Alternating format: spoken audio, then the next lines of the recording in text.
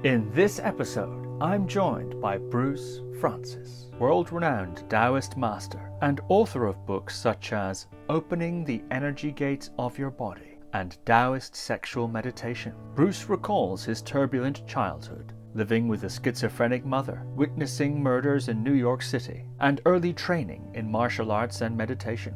Bruce recounts a lifetime of adventurous travel, powerful encounters with spiritual and energetic masters in Japan, China, and India. Bruce describes his induction into a secret Taoist priesthood and the tasks they had him perform, his discipleship under Taoist immortal Liu Hung Cheh, and his training under Dzogchen masters such as Dudjom Rinpoche, Namkhai Norbu, and Lama Wangdor. Bruce also discusses the keys to Taoist meditation, the mechanics of mind-to-mind spiritual transmission, and how to heal mental, emotional, psychic, and karmic traumas. So without further ado, Bruce Frantzis. Bruce Frantzis, welcome to the podcast. Glad to be here. Well, I'm so delighted to be talking with you today. You have had a remarkable life, to say it mildly, and I'm looking forward to delving into that life here today with you. In your book, Opening the Energy Gates of Your Body, Stuart Kenter has written a foreword there, which gives a sketch of some of the key points of your life. And he begins by saying, born at the end of the 1940s in New York City, Frantzis was a fat, clumsy kid who at the age of 12 witnessed a fellow student get badly injured in a fight at school. This event had a powerful effect on him, and an ad in a subway that promised fear no man led him to his first judo class. Shortly thereafter, he also began to practice karate, jiu-jitsu, aikido, and Zen Buddhism. Yeah. I'm wondering, this early stage of your life is particularly interesting. Could you say something about your early life in New York and your family context in which you grew up? I understand it had its privileges and its challenges. You've said elsewhere, to quote you, "It's a good thing it was illegal to kill your parents when I was a kid because I might have done it." Yeah, that's quite true. Can you say something about your early life? My mother was a schizophrenic with multiple personalities, and one of them was really nice, and anyone would love her, and the other two, frankly speaking, bordered on the homicidal. I mean, it's kind of a weird thing when you grow up in a house. You don't know if your mother's going to pull a knife on you. You got to take it away from her. Okay, I mean, this was like normal for me. And, watching her and my grandfather go at it and whatnot. And I had to get in the middle between the two of them because there were times when my mother just did shit that, I mean, if I hadn't been there to stop my grandfather, he probably would have killed her. Just would have snapped her neck. Okay. And we had immense patience with her for all the good it did you. I mean, because you'll wear anybody down sooner or later. But at the age of 6, the decision got made basically that I had to be taken away from my mother because this wasn't going to be good. And as I said, I had a bit of a temper. So, it was a good idea to do it. So anyway, I got sent to one of the really good boarding schools in America, something like your Harrows, from what I can understand. We had people there, their parents had more money than God. I mean, Sunday, go out for Sunday dinner, a Rolls Royce picks you up. We had one of my roommates, his family would send up the airplane from Florida to take him back home for a weekend. It's like serious, it's like, billionaires row. But I was physically, utterly, and completely uncoordinated. I mean, we had to take tests twice a year. And we had to do a mental one and a physical one. They wanted me for the mental one because I could raise the school's points up. So they're hoping like the alumni are going to give more money. So fair enough. The only reason they kept me in the school, to tell you the truth. But the other one was that physical test. Now, to a kid, to a young boy, they don't give a shit about their brain's work. It's all about the body, so we had to take these coordination tests twice a year. And one time I'm like almost to tears because I scored so low on it. And the guy just said, "Look, kid, just be grateful we don't have a lower score." So I had no coordination. I really mean that. And so the only thing I could do was I could swim, but not with any, just because I could attack the water with such ferocity. Even though I did everything wrong, I still could actually swim reasonably well. Okay. But But it was an interesting school in that the largest class I attended before I was 12 had 6 or 8 people in it. So, you know, we had libraries, and I just went for it. I just, academics was easy for me. It never posed any problem, you know, any test I could take. My IQ was, you know, somewhere north of ridiculous. And we had, like, as I said, very, you know, just, you could have your own teacher if you wanted, basically, more or less, because a lot of the kids there, they didn't want to be there. They didn't want to study. They didn't, I mean, frankly speaking, you know, a lot of the children are super rich. Their parents send them off to a boarding school to get rid of them, and the kids know it. It isn't like it's a big secret. So anyway, I'm reading all these things, you know, I mean, like, you know, Rise and Fall of the Roman Empire when I'm 7. And it's like, I just pick up a book, and I swallowed books. But I never swallowed books because I appreciated the writing. As a matter of fact, I didn't give a damn. I was just a data collector. I would soak in the data, I would analyze, and I would move forward and move forward and move forward. So I went through, because of all these things, you know, I ended up going through a lot of the major ideas of philosophy and economics and all this kind of stuff before I'm 12 years old. And then around that time, anyway, I left the school because me and my friends tried to blow it up. One of the kids who was part of us, there were 3 of us, and his family was like giant construction somethings. And he went to one of the guys who worked for his fund. They thought, well, how do you spike the boiler so you blow the school up? We didn't want to be there. Okay. And we weren't, I mean, I just helped because I didn't have the whatever, but he did. We spiked the boiler. The one time in the 6 years we had all been there that any member of the staff who was like somebody, the janitor, caretaker, came in was the day we were doing that. Thank God, because I don't know what would have happened if we had succeeded blowing the place up. You know, that could have really nasty repercussions.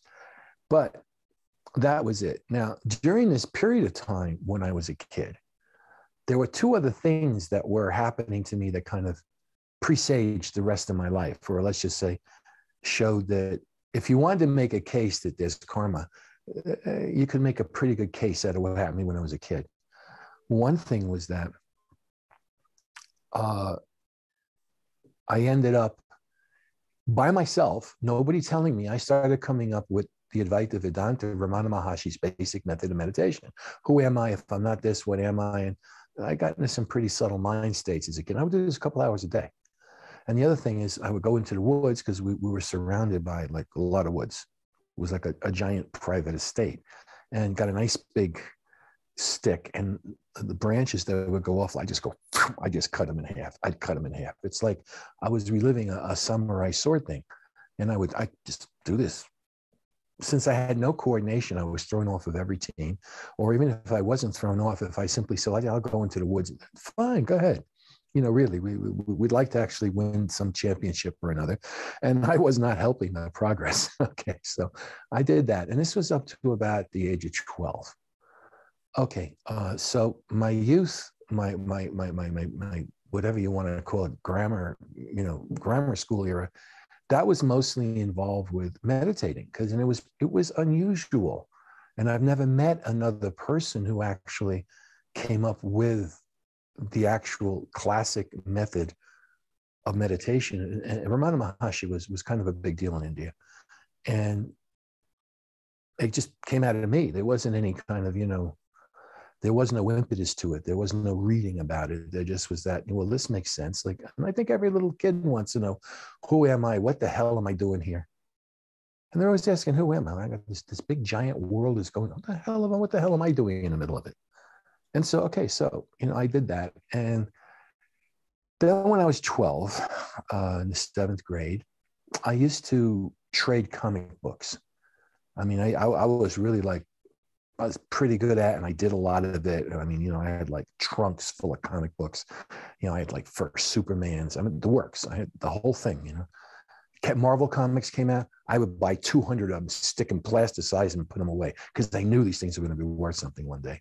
And I like reading comic books, so it all kind of worked out.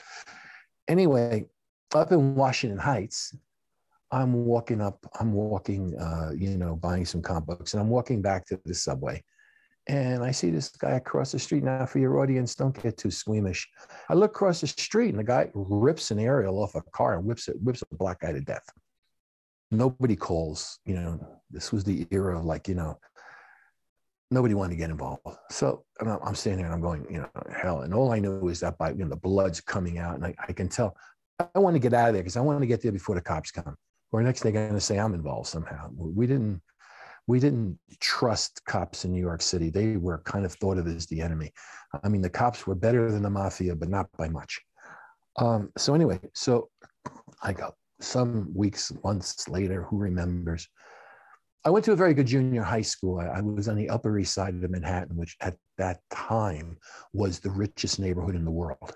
Okay. Now, my folks didn't have that kind of money. They had a nice little rent-controlled little place, so, but it was enough.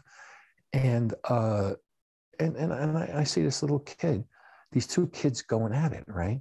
One, they had a thing called open enrollment where people from Harlem could come down if they take the bus and come to school. It was a good junior high school. It was one of the best in the city.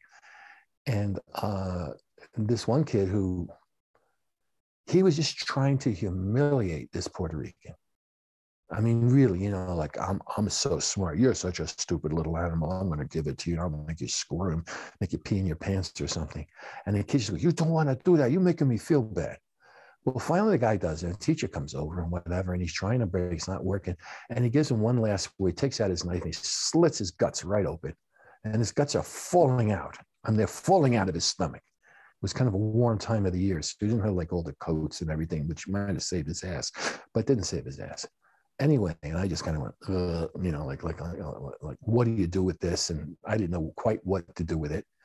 But then I saw it on the ad in the New York City subway, judo, fear no man. So I said, okay. So I talked my grandfather into taking me down. He had been a wrestling champion in Greece.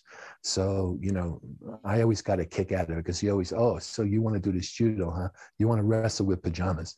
That's what he called it, which I thought was hilarious, actually. Anyway, so I go over and I do this. Now, I'm not going to go into everything that happened because I said it must have been like a duck to water because the first teacher I had, there was a guy called Dito who started doing judo and in 5 years won second place in the All Japan Championships.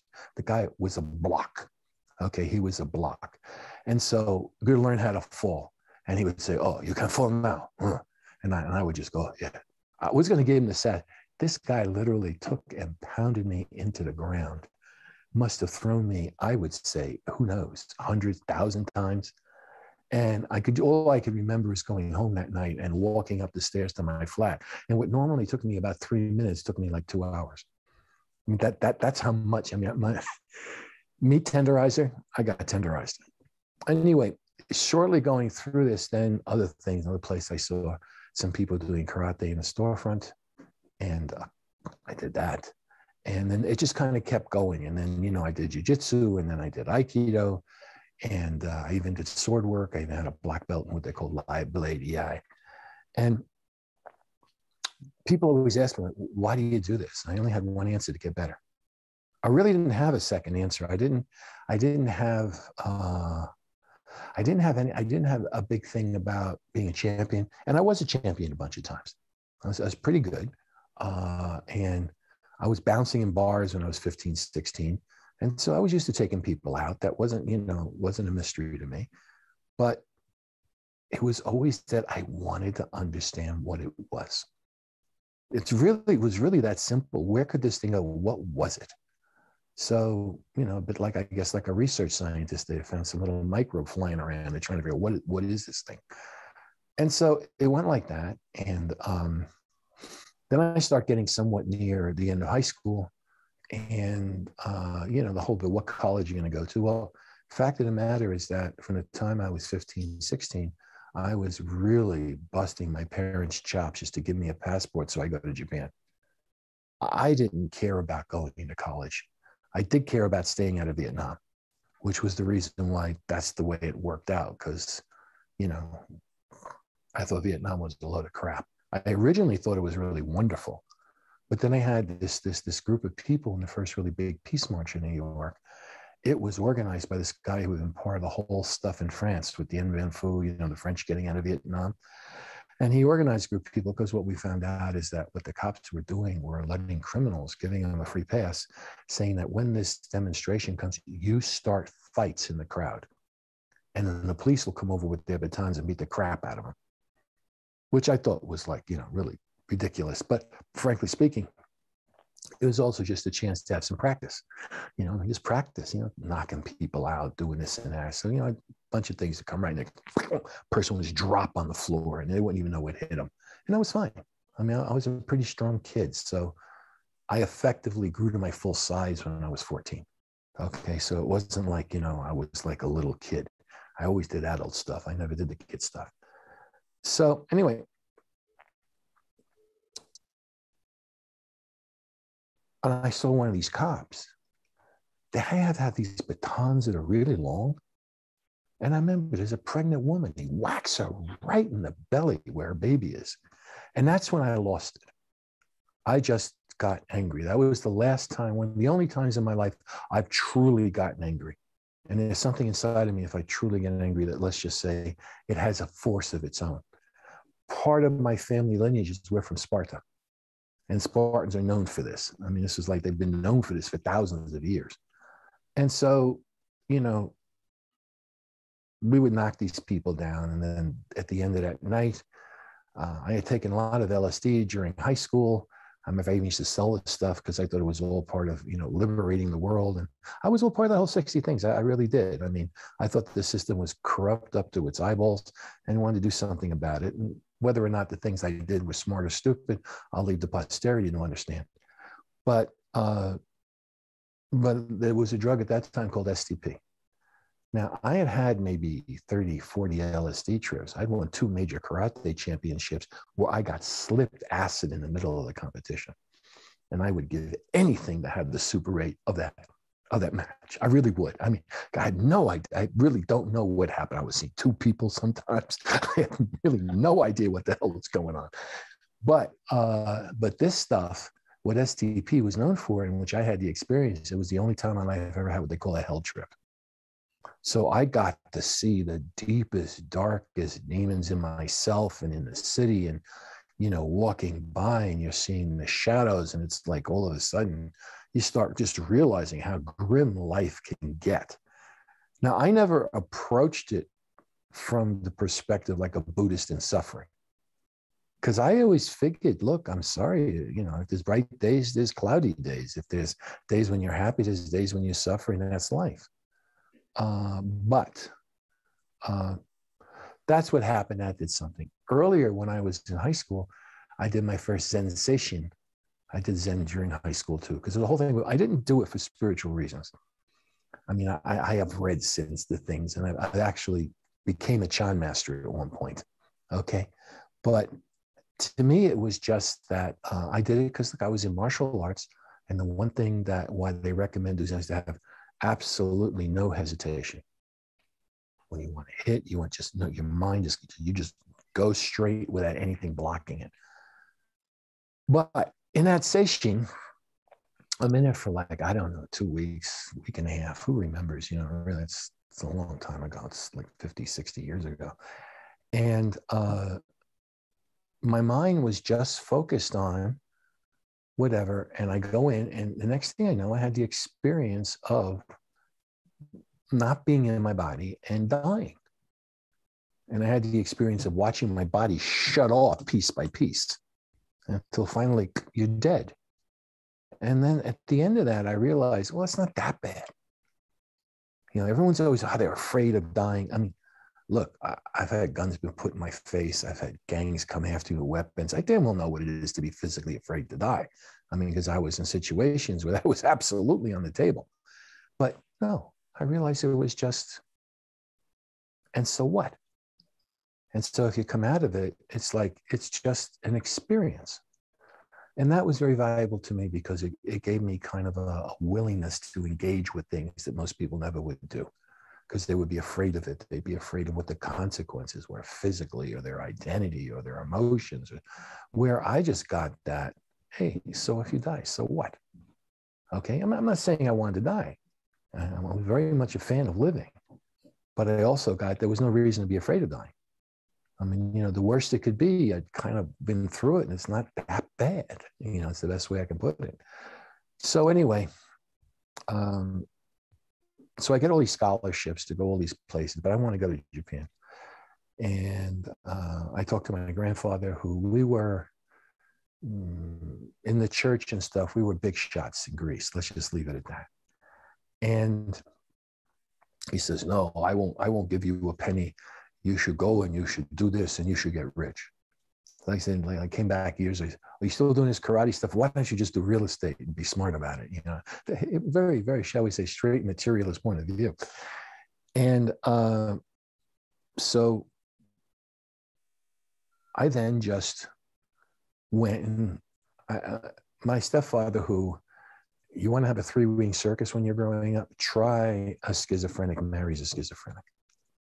Okay, that's a 3-ring circus. I got to tell you, you cannot believe the insanity that goes on.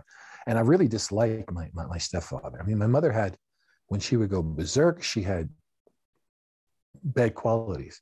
But when she was fine, hell, you couldn't meet a nicer person in the world. You really couldn't. It depends which of the multiple personalities was dominant. But my stepfather, there never was a good personality. It was just like disgusting, I mean, it's about the only way I can put it. And, but anyway, he was in the commodities game. He had a seat in Chicago Mercantile Association. And every time he would kind of have a nervous breakdown, I would go in there and I would take the firm over. And I was really good at trading. I mean, we did stuff like that when I was in boarding school. Like they gave you a mythical $10,000. I ran into $100,000 by June. I had a talent for it. Don't ask me how. But so I made, I don't know, I had about, whatever it was, 20 grand. I mean, 7, 8 grand. I worked in a restaurant because of a kid in my school called Max's Kansas City, which in the 70s was like the hip spot in New York.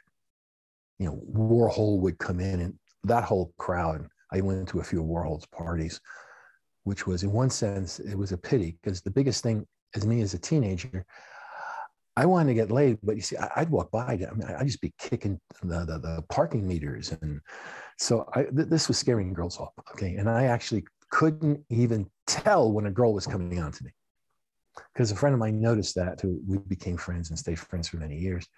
And these girls would be doing it. And I didn't even get they were doing it. But at the same time, I'm going, yeah, hey, you want to get laid? I mean, it was hilarious. But anyway, so I went to Warhol's parties, and I must admit, I thought Andy was kind of a weird fucker. It's about that was as far as I got with it.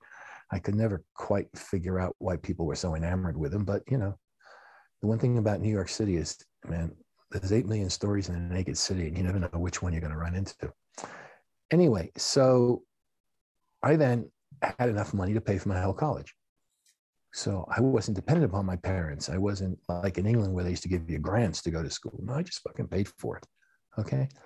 And I went to Japan, and I'm training like a son of a bitch. I'm training so many hours a day. And I mean, I flunked out my first term. And I mean, because I would come into the class and basically I'd just be rolling. I could barely read the piece of paper. But then this letter from my draft board just kind of said, well, if you really don't do better in your second term, you're getting drafted. Well, that's not me too. And so I just went and I got the A's, did whatever crap I had, enough to satisfy them. And then at the end of the first year, I mean, I was training a lot. I mean, I deliberately moved into a place. There was an Aikido apartment that was only, a block from where Shiba's main school was. And so I was, first I'm training there in the old days before they built the new building, when it was just like, the back of his house. And so I trained with him for about 2 years, and a year and a half, 2 years, whatever it was. And, I'd get up at this ridiculous hour in the morning and go out there. But then somewhere, I kept hearing these things, and a guy I knew in New York, who was kind of like he got me my bouncing jobs. He was kind of like an official in the New York Bouncers unofficial union.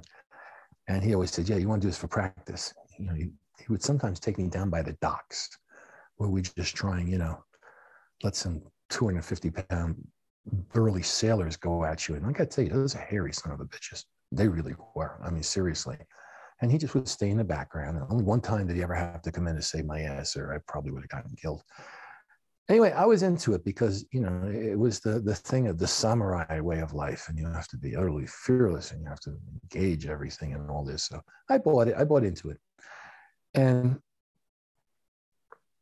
But then he had said the best guy he had ever met in terms of fighting was what we called old fat man Wang, who was Wang Shujin, who was who ended up becoming my first teacher in the internal martial arts.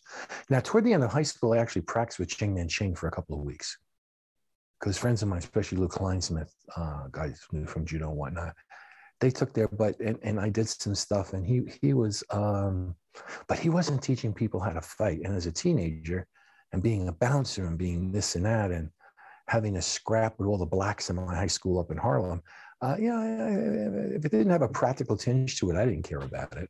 You know, they have two things in martial arts, like judo and jiu-jitsu.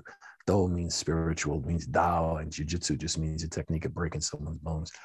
And I just wanted jiu-jitsu. I didn't want the Do. I didn't care about it. It didn't matter to me.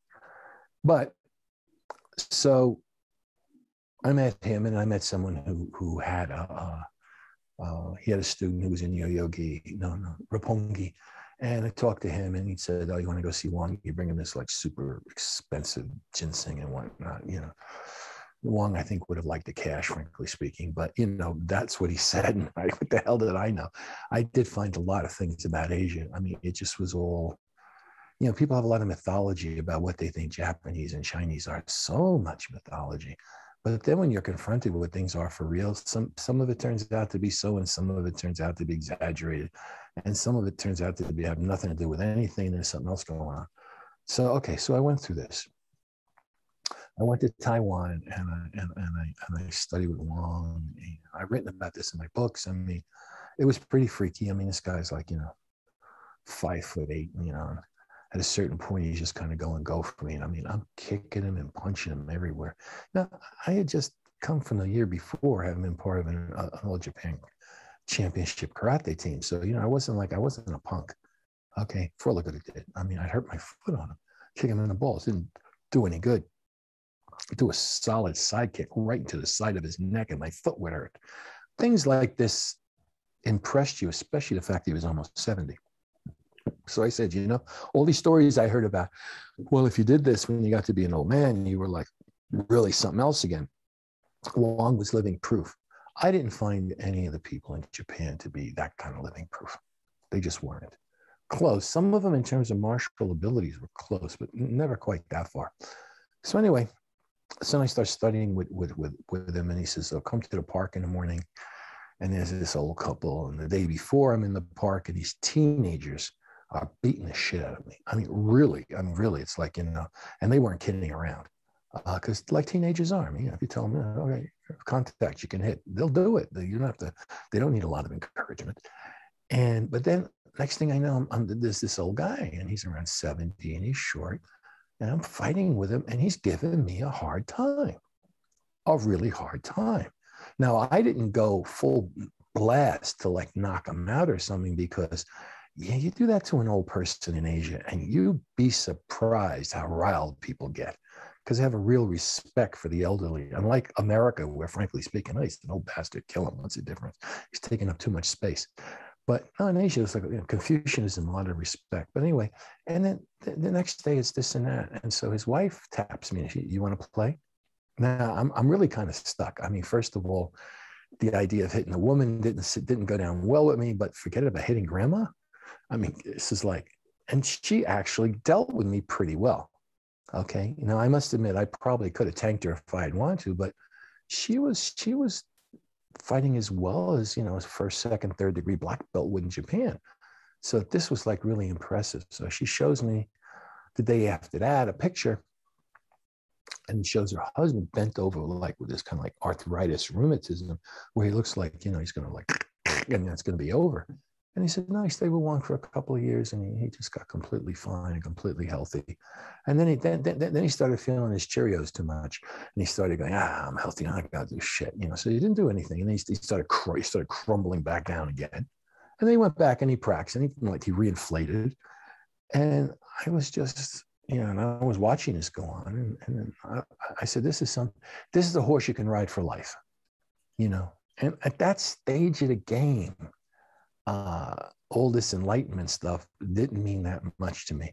I mean, I was just happy if I could keep my temper in control from, shall we say, my mother left me with a small rumbling volcano inside. It's okay, so fine. This goes on, and I take a trip, and I come back on my vacations from school. I save up enough myself. I was good in academics, so I could load my courses on more than the standard. Rather than trying to stretch it out, I was trying to shorten it so that whatever the space in the middle, I could go to Taiwan or whatever. And then, I heard about, there was all this stuff in India, and I heard about kundalini, but I had another thing. I just finished learning the Tai Chi form from one of Wang's students. And I wanted to do Tai Chi on Mount Everest. Don't ask me why. Why does anybody want anything? This just kind of popped into me for some reason. I have no, okay, we're going. And so I went, I did that. And I went around India a bit, but I started seeing a lot of stuff that was really, really freaky. And that shifted me for life. And you want to talk about a life-altering experience? Okay, I come from America, and for that matter, in Japan, okay? I mean, people weren't exactly poor in Japan. They were poorer than America at that time. Now they're not, but at that time they were. But still, it was a reasonably affluent place. People were, the only thing on the downside of the Japanese, when they felt they lost too much face, they just loved committing suicide. I mean, you'd see it every time it got to be when they did the university exams. And right around that time, the trains were always late because people were always jumping in front of the train. I mean, seriously, that was one way of getting your face back. I kind of thought that was not, what do you call it, a permanent solution to a temporary problem. But the fact that stuff was going on, and in Japan, where if they lose their face, they will just slice their stomachs open and consider it to be a rather normal thing to do. It's different than America, right? In America, you don't slit your own stomach open, you slit the other person's stomach open. So, okay, so this is going on, but I flew in, and first I was in Thailand, and, I went over to Laos, and I'm not going to go into it, but the White Rose Cafe has been written about by a lot of people. It's one of the wildest places you're ever going to see. And I had some stuff there, and this big guy was blonde Viking mercenary look, muscles on top of muscles. You long-haired hippie faggot. So we went at it, and I kind of took him down, which he didn't know quite what to do. Was the next morning when we were going to just go up the river, he brings this big fucking giant box like this, and he puts it in a little boat we had. And he says, look, if you get into trouble, just open it up and figure it out.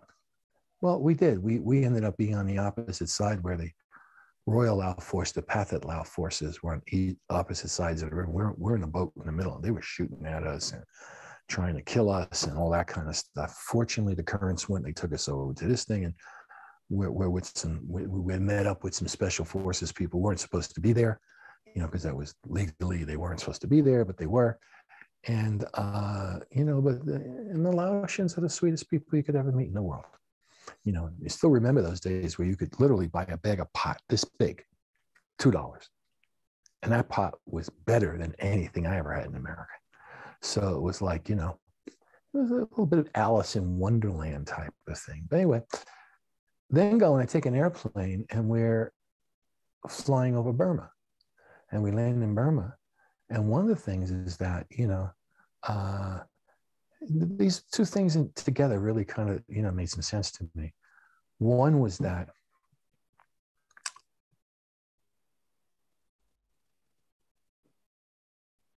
we meet this little Pakistani rickshaw driver. So he's driving us around Burma, at night through all these places. It was really quite something. I mean, and he said, you want to see the pictures of the Americans landing on the moon? And I couldn't figure out what it was. And we were it turns out these giant billboards, they had a picture of the man landing on the moon. And then a little bit later, there's a place in Burma, which I don't know what it's like now, I really don't. But the British called it the Emerald of Burma. There's a big Buddhist stupa in the middle of Burma. And if you look out in it, the green that's out there is such a powerful image of just pure, vibrant life. It's something I've never forgotten. I mean, I thought that should have been called one of the seven, wonders of the world or something, but it's really quite amazing. So then we get in this airplane, and we now go to Calcutta, and it's kind of a wild thing. And the airplane lands, and I get out, and we're in a taxi to take me to the Salvation Army or something, wherever it was, whatever name I had, and you see a guy standing right next to it. And he's got like holes in his face. Now, on the way down, going to Okinawa to go to Hong Kong, to go to India, we saw, I passed through Hiroshima, and you still saw people in Hiroshima who had, the holes from the atomic bomb in their faces. And I said, did they dropped an atomic bomb on Calcutta? I thought I would have heard about this, but I remember being frozen, just literally, completely and totally frozen. I wanted to give this person anything I had, and I could not move my hands. And fortunately, the taxi driver took us away. He said, no, that guy's got leprosy. So I never considered that before, because not something you see very much in America. So all sorts of wild stuff happened in Calcutta. But two things that were particularly memorable, and I said, these things just really shifted my whole thing of life. Okay. You grow up in America, you grow up in the West, a very capitalist country, very capitalist area. So if you have a lot of money, life is good. You made it, whatever making it means.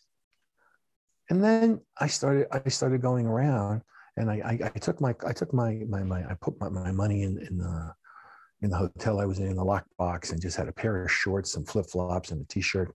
Like one of these little cloth bags they have, they call it jola. And I just walked. And I walked toward the bad side of Calcutta, the left side of Calcutta, which was affectionately known as the Black Hole of Calcutta. And I'm going, and I'm seeing a quarter of Calcutta's population at that time were born on the street, lived on the street, and died on the street. So let's not talk about the homelessness we have now. This was like on a whole nother scale. And I saw people literally taking babies and breaking their bones in like the most horrific, so they could beg better with them. You'd rent a broken baby is kind of what it was like. And you had various, guilds that would have that position. Okay, well, but then also inside the city, you started going. I mean, it's nothing. I mean, it's kind of a mind-blowing thing when you see like where they had the Ganesh thing, and you're seeing like the whole thing is filled with rats. People are praying to rats. I have to say, this was like something which, New York City's got a lot of rats, but this is like, come on, man, like this is not the sewers. This is like above ground. And then, but the thing that really got me, well, another thing is that I saw people who were living on the street, and you could see with a certain percentage of them, this light that was inside them that was pure joy. Now, if you look at their external circumstances, they have no reason to even remotely have a smile, but they were beaming. And I'm going, wow. I mean, some of it, could just be brain damage, but no, but a lot of it wasn't. It was really, there was something there. So they were clearly seeing something that I wasn't seeing. And as it then took later on, in one place in Calcutta, back in those days, they used to have really giant industrial strikes and this and this and that and that. And the whole town would rise up, serious mob scene. You want to see insanity unleashed on the streets, look at that. We're going to one place where there was big, giant, open something or other, and I was going to sleep there that night. And what was it, like 2 cents, and you could rent one of these beds that was made with strings, and you could lie on it, and for another cent you could get a pillow.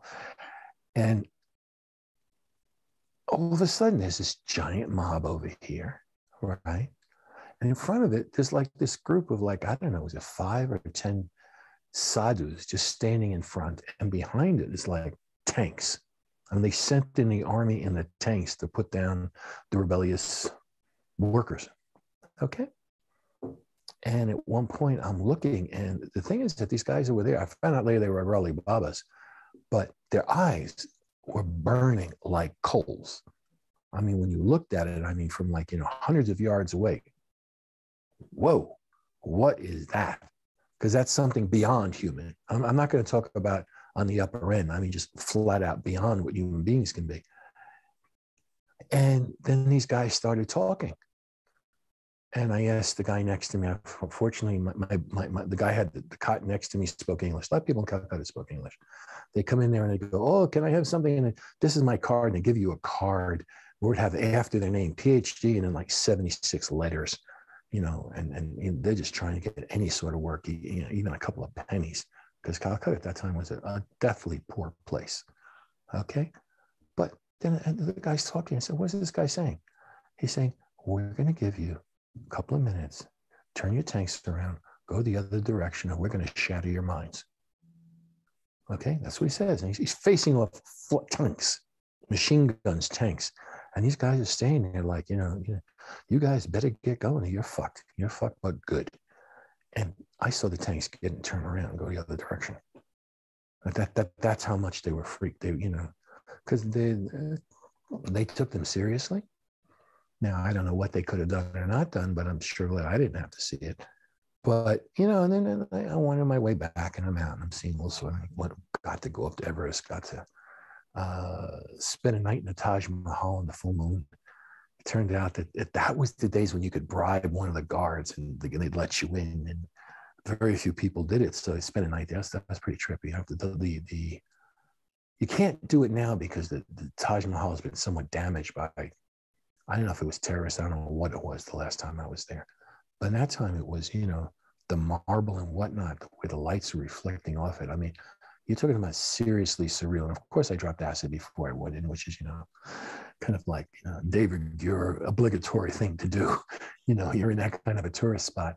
But, and all this, and I finally get up to Nepal, and, I end up going up to Everest, and I walked over and, got over the Stolokuma Glacier, 20,000 feet. And I'm like having a t-shirt like this and a pair of flip-flops and shorts.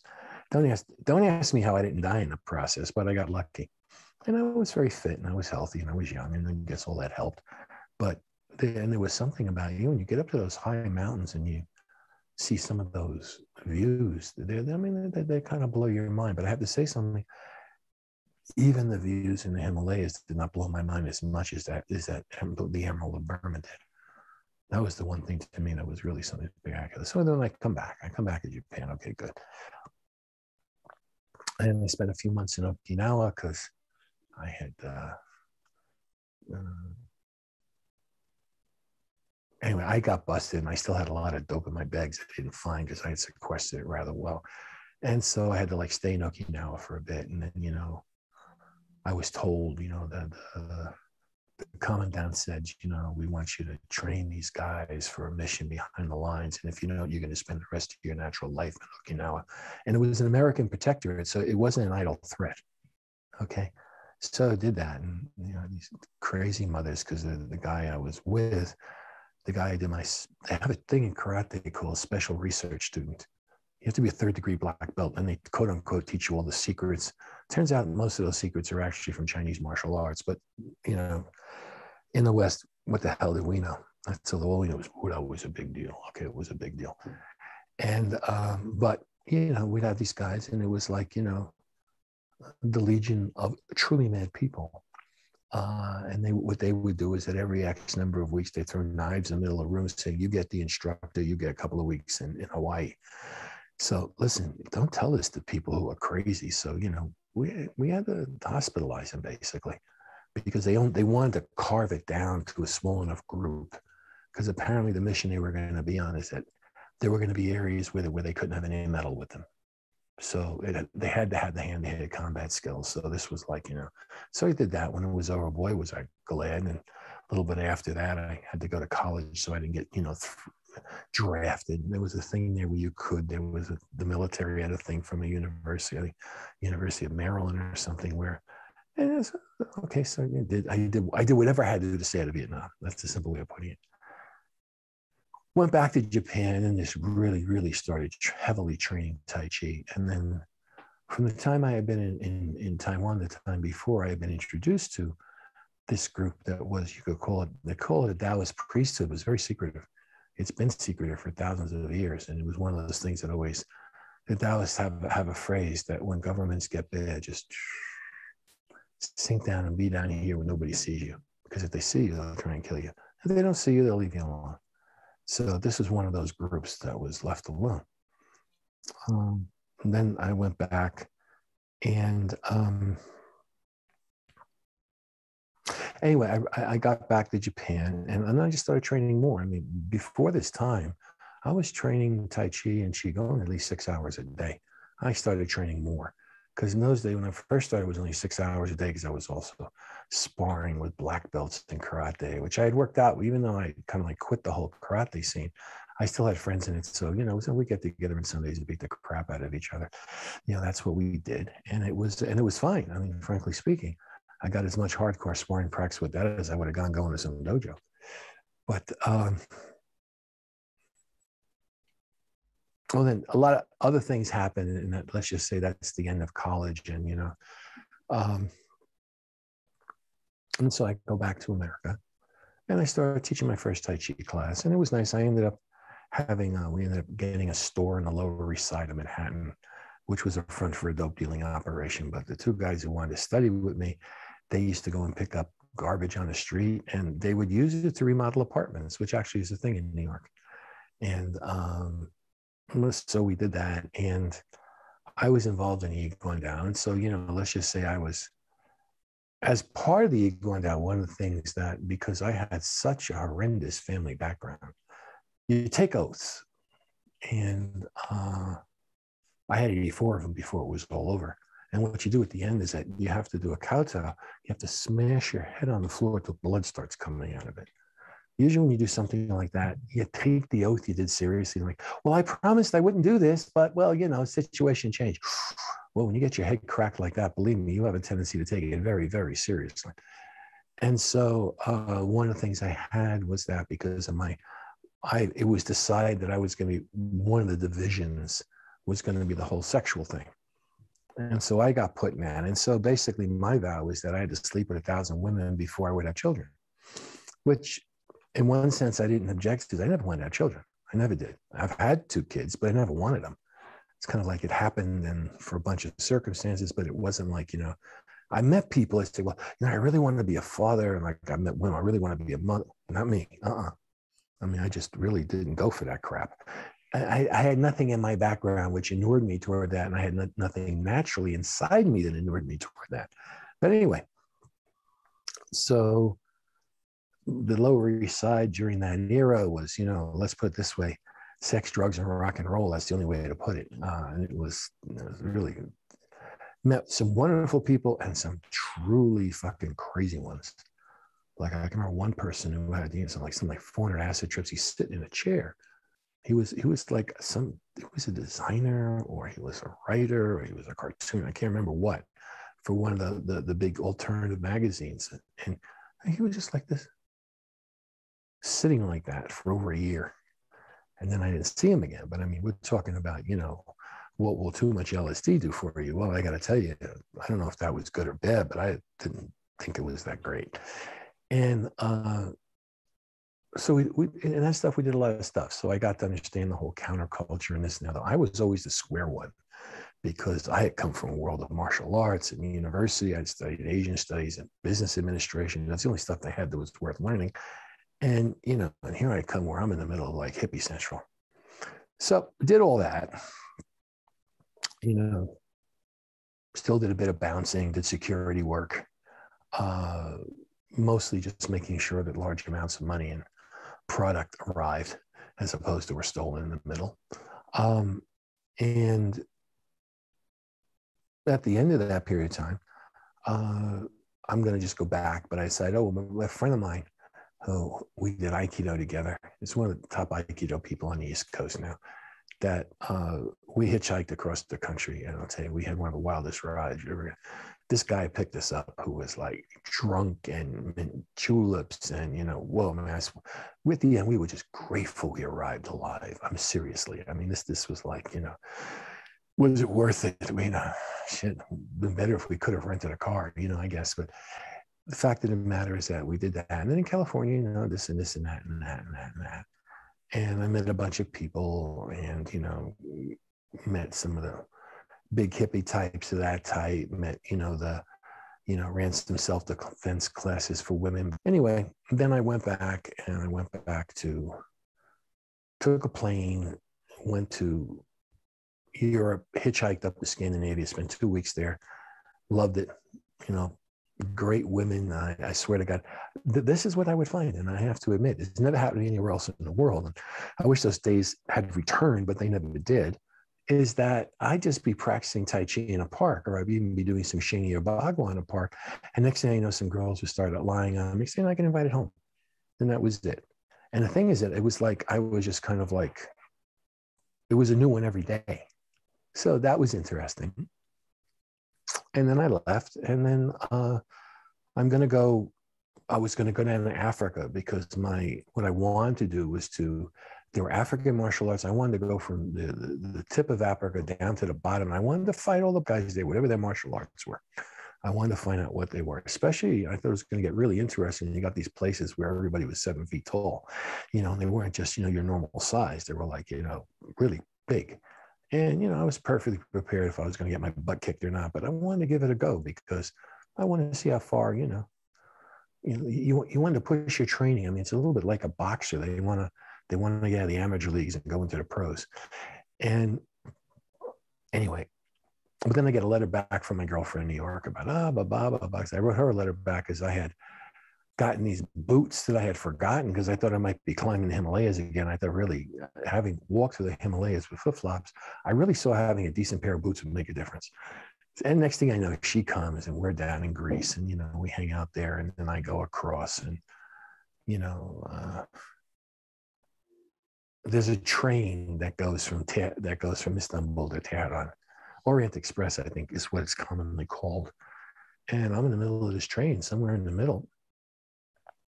When we start going toward the Anatolian plain, these Turkish soldiers come on the train, and they're going through the train, raping everybody in it. Okay, and that's what they were doing. We're in a friendly bunch. I mean, having Greek heritage, we were not prone toward believing that the Turks were nice guys.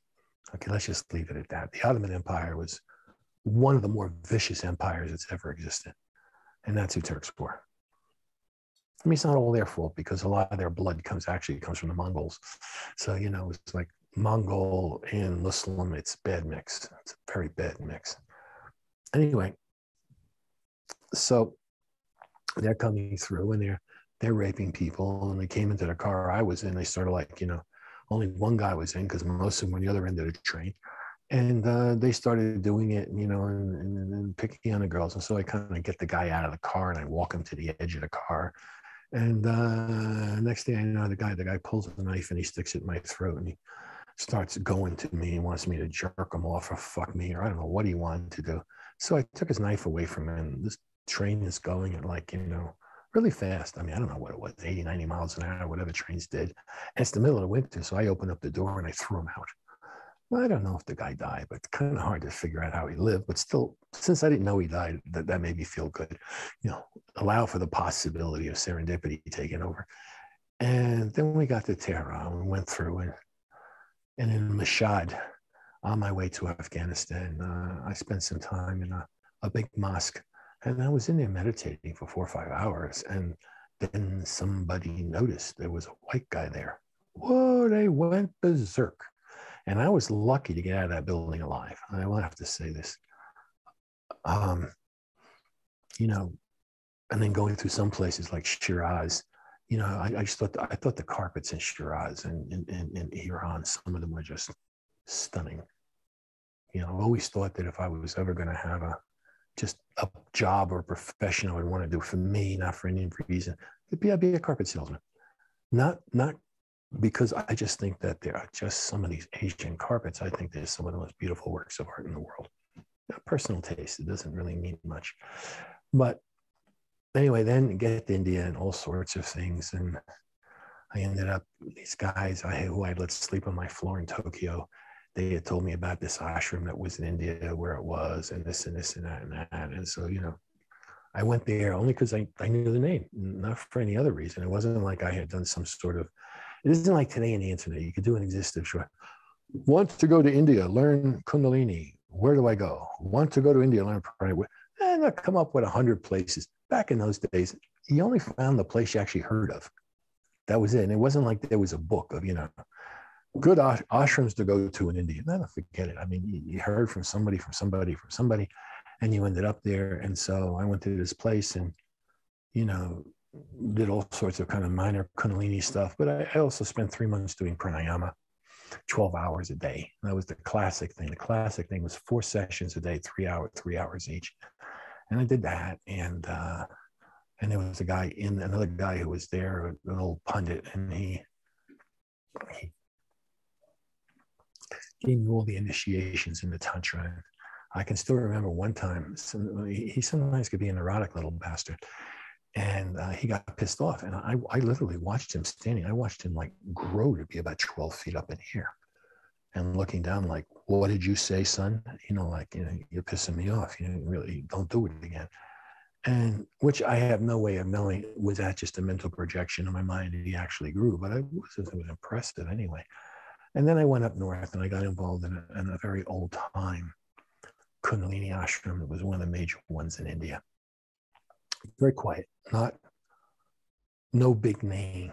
The history of that guy was that his guru was a guy called Liu Hung Cheh, who was really known as he was a lawyer, but he was also known as kind of like being a real scholar of this stuff and like be one of the top Kundalini people in India. And he was friends with a guy called Nityananda, who was Muktananda's quote unquote teacher. Except you see, Nityananda didn't have a method to teach. He was what they called an avadhut. So he had this powerful whatever he had, but he had no idea. But they would go and hang out for like a couple of weeks a year. They had that kind of deep respect for each other. And so every time he would come out, Nityananda would, Muktananda would be sitting up on a tree. Could you teach me? Blah, blah, blah, blah, blah, blah, blah, blah. So finally said, okay. So he gave him his book and he taught him, and he taught him some of this stuff. And I ended up studying with that guy who was Nityananda's friend. I ended up studying with his inheritor. And I spent a year in a cave practicing, what they call Kundalini Kriyas from morning till night.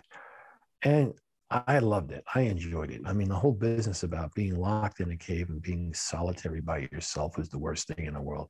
I'm sorry. I was getting off on the whole business. But at some point, around a year, I started getting horny. Okay, now I've liked girls. And the thing is that I did a stupid thing. They kind of offered, well, if it's that heavy on you, I'll tell you what, give us a couple of bucks and we'll send a girl up to you once a month, shag her for a day, take the pressure off and go back to what you're doing.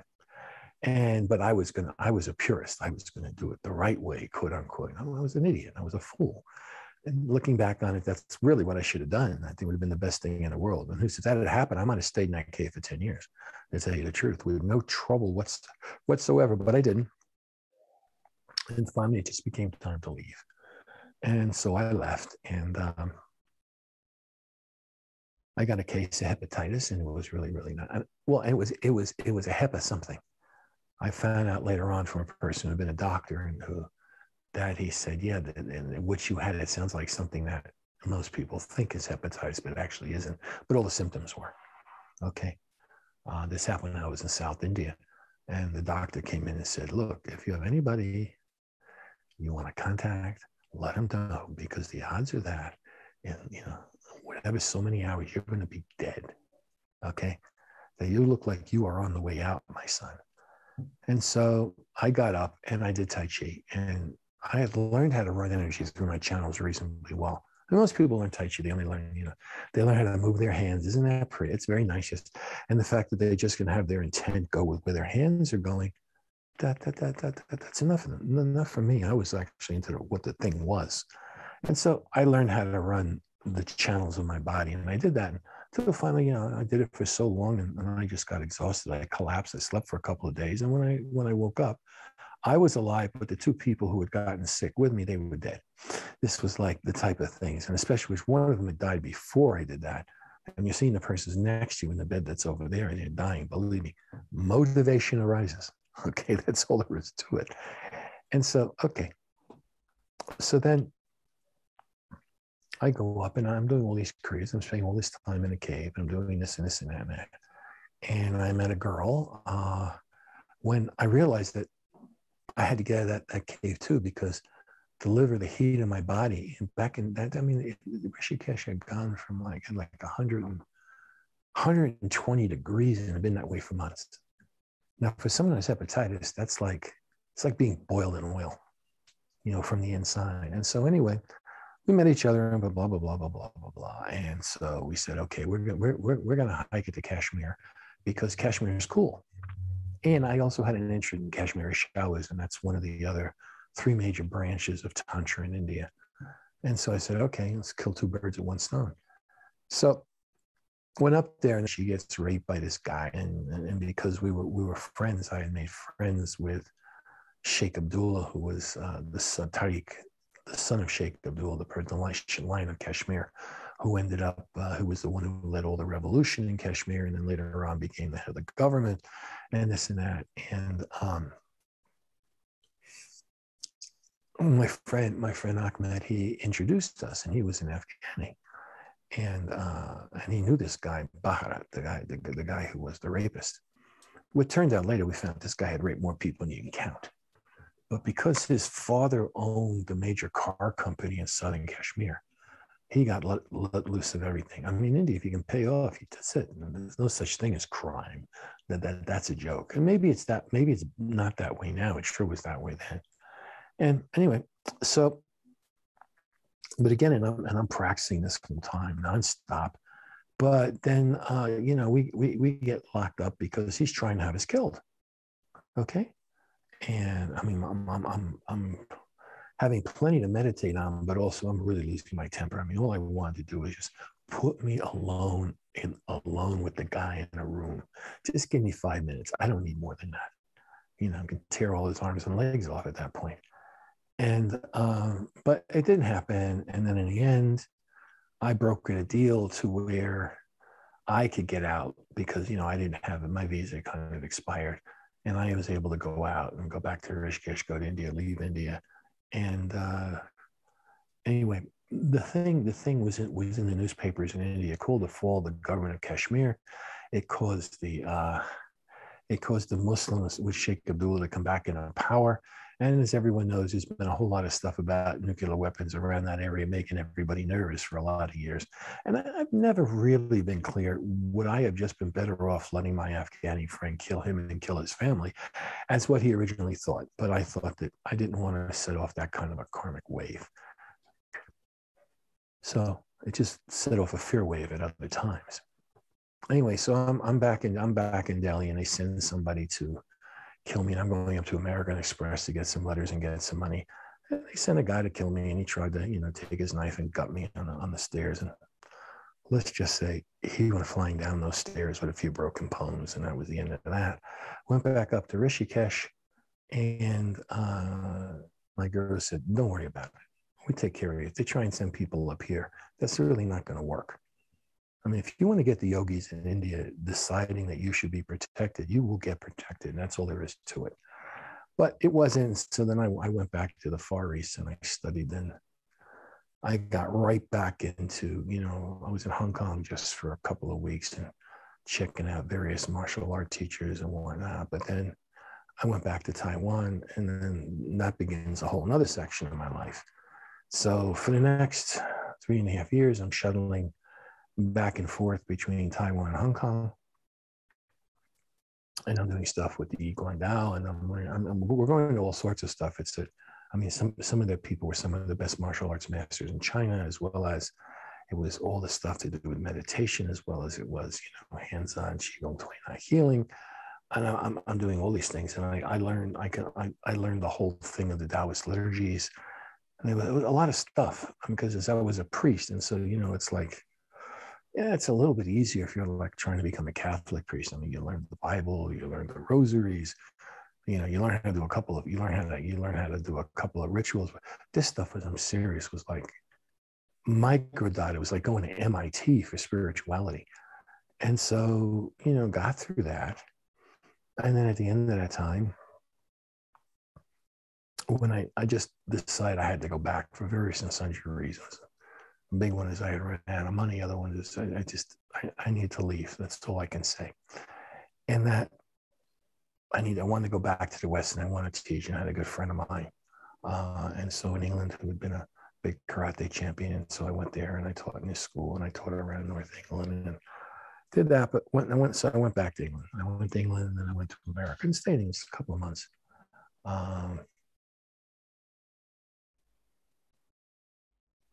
My friend had an apartment in a place called Moss Side, which was like Harlem or something. It was like the dangerous part of whatever. So I'd be going out and practicing outside the house and doing all these things. And I only had once or twice where people tried to hassle me. I only had once where anybody attacked me because they wanted to get the white boy. And, I just kind of like, made them go to sleep, and that was it. And when you stand in front of someone, you knock them down, they can't move, and you put your foot right on their throat. You say, now look, I got no quarrel with you. Let's not make one. They leave you alone. That's it. Either that or they come back with 30 of their friends, and then things really get hairy. And that could happen too, but it didn't. It wasn't like that. I think they could just kind of get it. So they let me be. Went back to America and just taught for, almost 2-3 years. Went back to New York again, taught for 2-3 years. And just before that time, on one of the last days when I was in Hong Kong, there was a guy, and I was staying in this hostel in Hong Kong, Chungking Mansions, which is where do the poorest of the poorest foreigners stay. Because I worked hard and I saved every penny I had, and I tried to stretch it out. The only thing I really did was spend money on food, anything to dasen, and whatever teachers wanted to get paid. And so I paid them. I didn't do the overwhelming majority of the tourists and this and that stuff, unless a local who liked me took me and they paid for it. I was there like a foreign student. I was just there to learn. That's the only reason I was there. Because, and I like Taiwan. I must admit, Hong Kong was a shit to live in. It's so crowded. It was a horrible place to live in. And, Hong Kong was a good place to live in if all you wanted to do was make mega bucks. That was the only place in the world I ever found, at least at that era, that made New York seem to be a town that didn't care about money. Okay, remember Wall Street and all that? That's like center of capitalism. Hong Kong was worse. It was like right in their soul. It's the best way I can put it. And that's pretty much how the rest of the Chinese thought of them, actually. Most of China didn't like the Cantonese. But then I'm here, and I'm in this hotel, and there's a bunch of people staying in there. There's this one guy who's making like he was some sort of, big time yogi or something. But there's an American kid who had gone to one of the exchange programs in Taiwan. And then there was this really beautiful Swedish girl who was a model. And I really had the hots for her. Never worked out, but wasn't for want of trying. But then he said, oh, this and this and that and that. So, but the American kid, he said, oh, you do Bagua, okay. And his father had been in the Flying Tigers, which was a military air wing program that used to fly missions in India and take stuff from India over into Burma to fight the Japanese. And so he had a friend, and that friend, 2 steps downstream, they owned the martial art magazine. So I went there, and I was talking to the guy and this and that. And for years, that guy would just send me like, hey, especially like, who's the best in this thing or that thing? And he'd get me an introduction to school, and I'd go down there. But this one time he said, there's a guy who's just come in. He just put an ad in the paper that he's from Beijing, and he does Bagua, and he's going to be seeing people for like 2 weeks, and that's it. So I went there. It's up on a roof of a building. And as soon as I saw him do his Bagua, I said, this is the real stuff. Because I had done Bagua with Wang Shujin, and I had done it with other people in Taiwan. But it was very clear that, he heard stories about the original Beijing Bagua. But the first time when I actually saw it, I said, yeah, that's it. Anyway, so I did some stuff with him. And next time I came back with Hong Kong, I lived with him. And beside teaching me, you know, the stuff he had learned from Liu Hung Cheh, he also taught me my main teacher in Beijing later. He also taught me some of the Huashan, the fire traditions, and the Maoshan stuff, including Neidana, the inner cosmic egg. Like, you know, when I learned that at the end of it, I was like, I sat down and I sat for a week without knowing any time had passed. And so did that stuff, which is, I've never done Tumo in Tibetan Tumo because I kept trying to do it in that whole era. No one would teach it. They would always come up with all this bullshit about, yeah, you had to have, now they'll teach you. Now you can learn it. But back in those days, they said, well, you had to have this background. I've done this and I've done that. And I said, okay, never mind. It's not worth it. But so anyway, I did that stuff. And then I flew back to England. I taught my friend's school, and then I went back to New York, did all sorts of stuff, and then saved my money. And then, you know, I went back again. So I'm about 1980, and I was there for another Taiwan and Hong Kong. I was always going back and forth between Taiwan and Hong Kong because of visas. You can stay about 6 months. Then before the 6 months was over, we'd fly to the next place, stay there for some period, fly back again. So it was, what do you call it? It's like the equivalent today of shuttle diplomacy or something.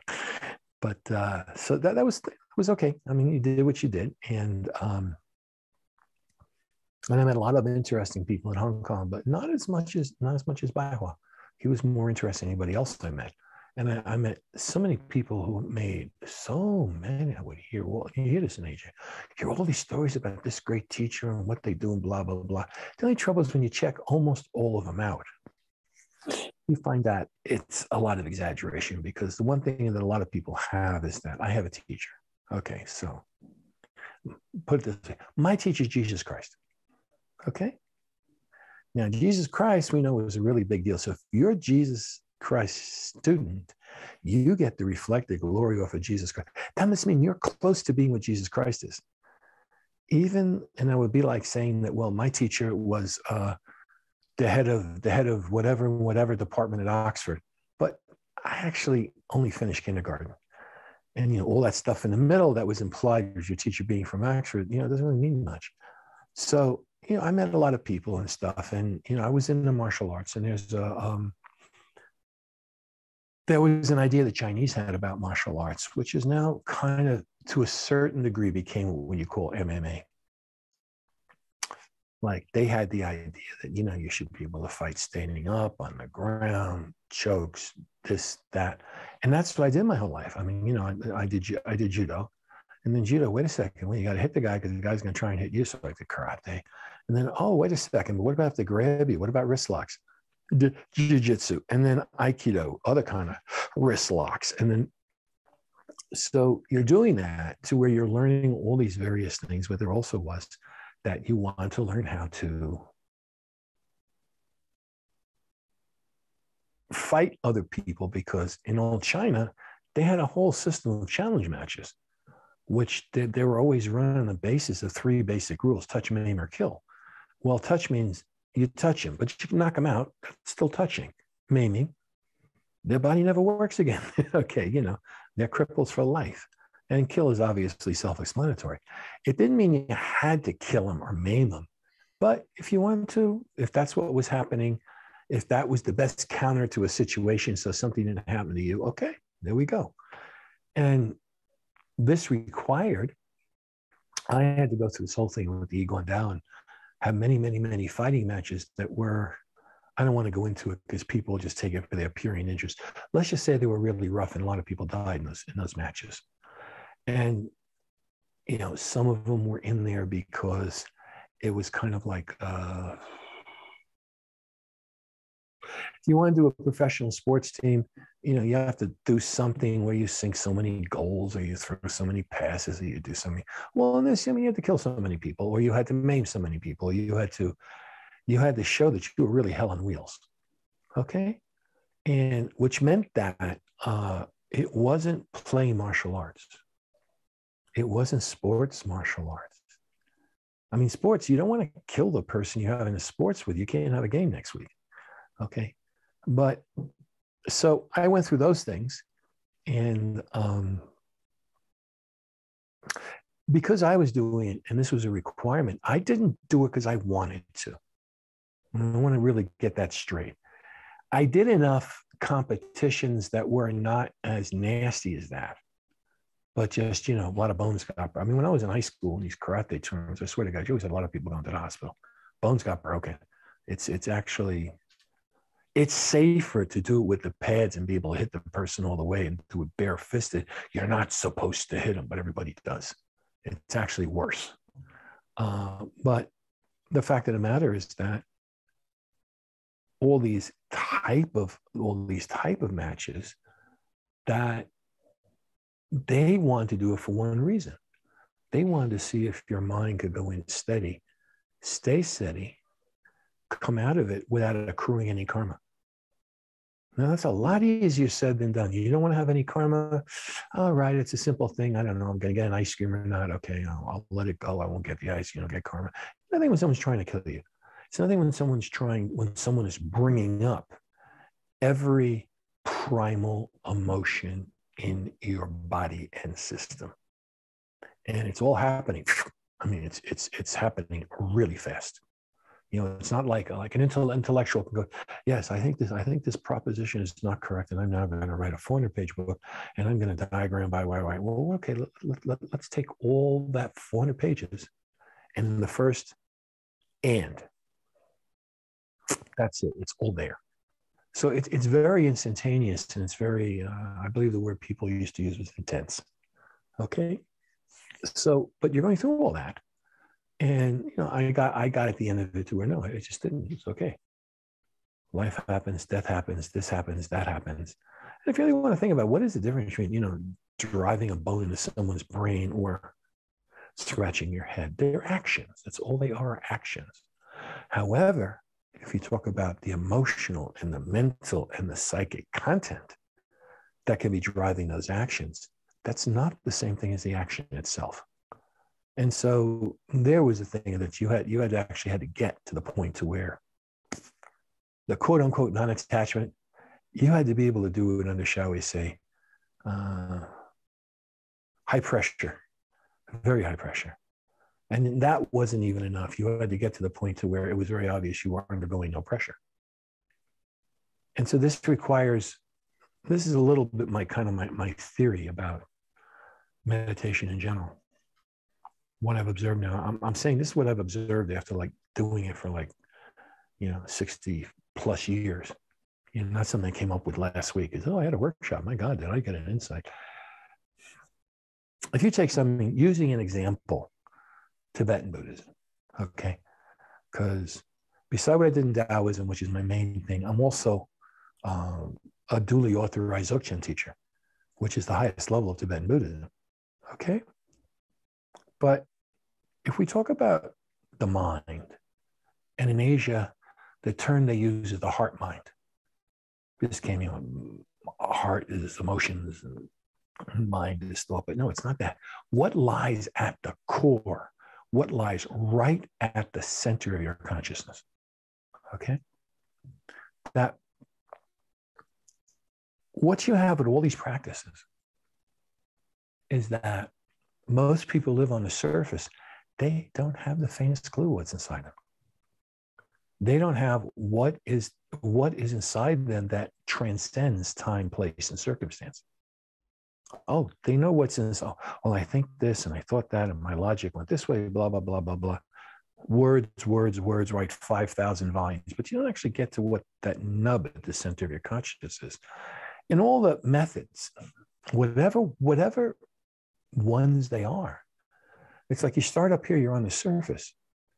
In all of them, like Tibetan Buddhism, they have all the yanas. And each yana is taking you just a little bit deeper in and a little bit deeper in.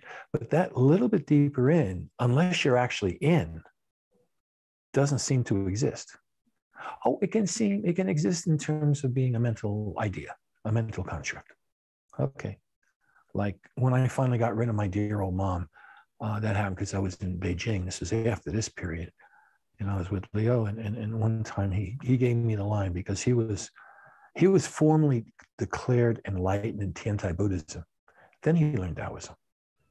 And that was his phrase. He said, first you learn Buddhism, you learn Taoism. And he said, but in all fairness, right? Because the Tibetans would say the opposite. Oh, ours is the best in the universe, blah, blah, blah, blah, blah, which Taoists would go, really? That's nice. It's a good story. But the Buddhism that Liu was exposed to was not Tibetan Buddhism. It was Mahayana Buddhism. And schools like Huayan and Tiantai and Chanzong. You have these different forms.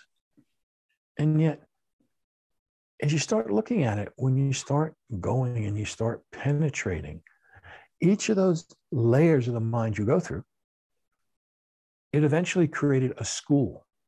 And the school got a name. And the school got a philosophy. And the school said blah, blah, blah, blah, blah, blah, blah, blah, blah. Which all, if you just do it purely from an intellectual dissection point of view, can work.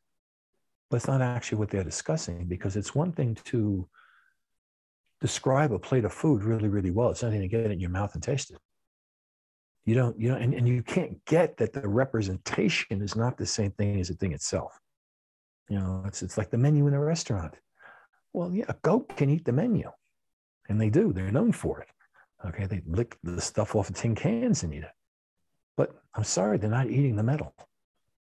They're not getting to what it is. So at each of these levels you go through, and each one of those levels has a different way that, if you want to use the term ego, I prefer the term heart-mind, because I think the word ego has been kind of cheapened by Freud. Because Freud was talking about the ego in terms of psychology, in terms of how people think. Now, everything in Taoism, I'm just finished running a Tao Te Ching. It's like over 1,200 pages. I'm just explaining what they told me what the thing meant. Because almost every Tao Te Ching that's out there is actually written by Confucians or by Buddhists. They have no idea what the Taoists thought of the Tao Te Ching. They really didn't. So I'm just trying to put that thing out. I just finished it like literally last week. And this was like after 8 years of nonstop. And I'd already written 15 books before that. Okay, but I never liked writing. I always hated writing. I mean, it took me 6 or 7 books to actually be able to write without feeling I was having a root canal done to me. But as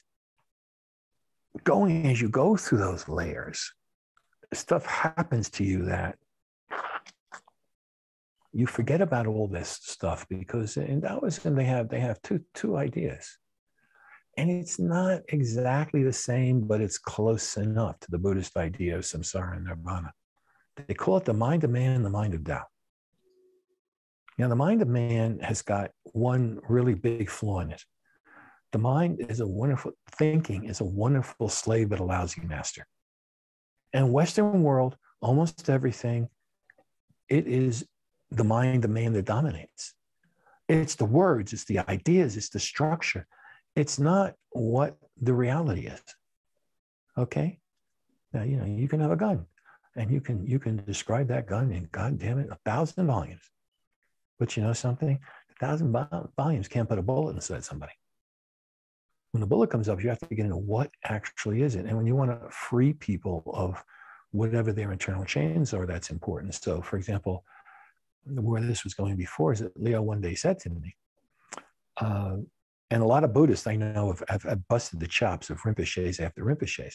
They all said, oh, yes, you want to think of everybody as your mother who's been kind to you. What the fuck are you talking about? My mother was a witch of the first magnitude.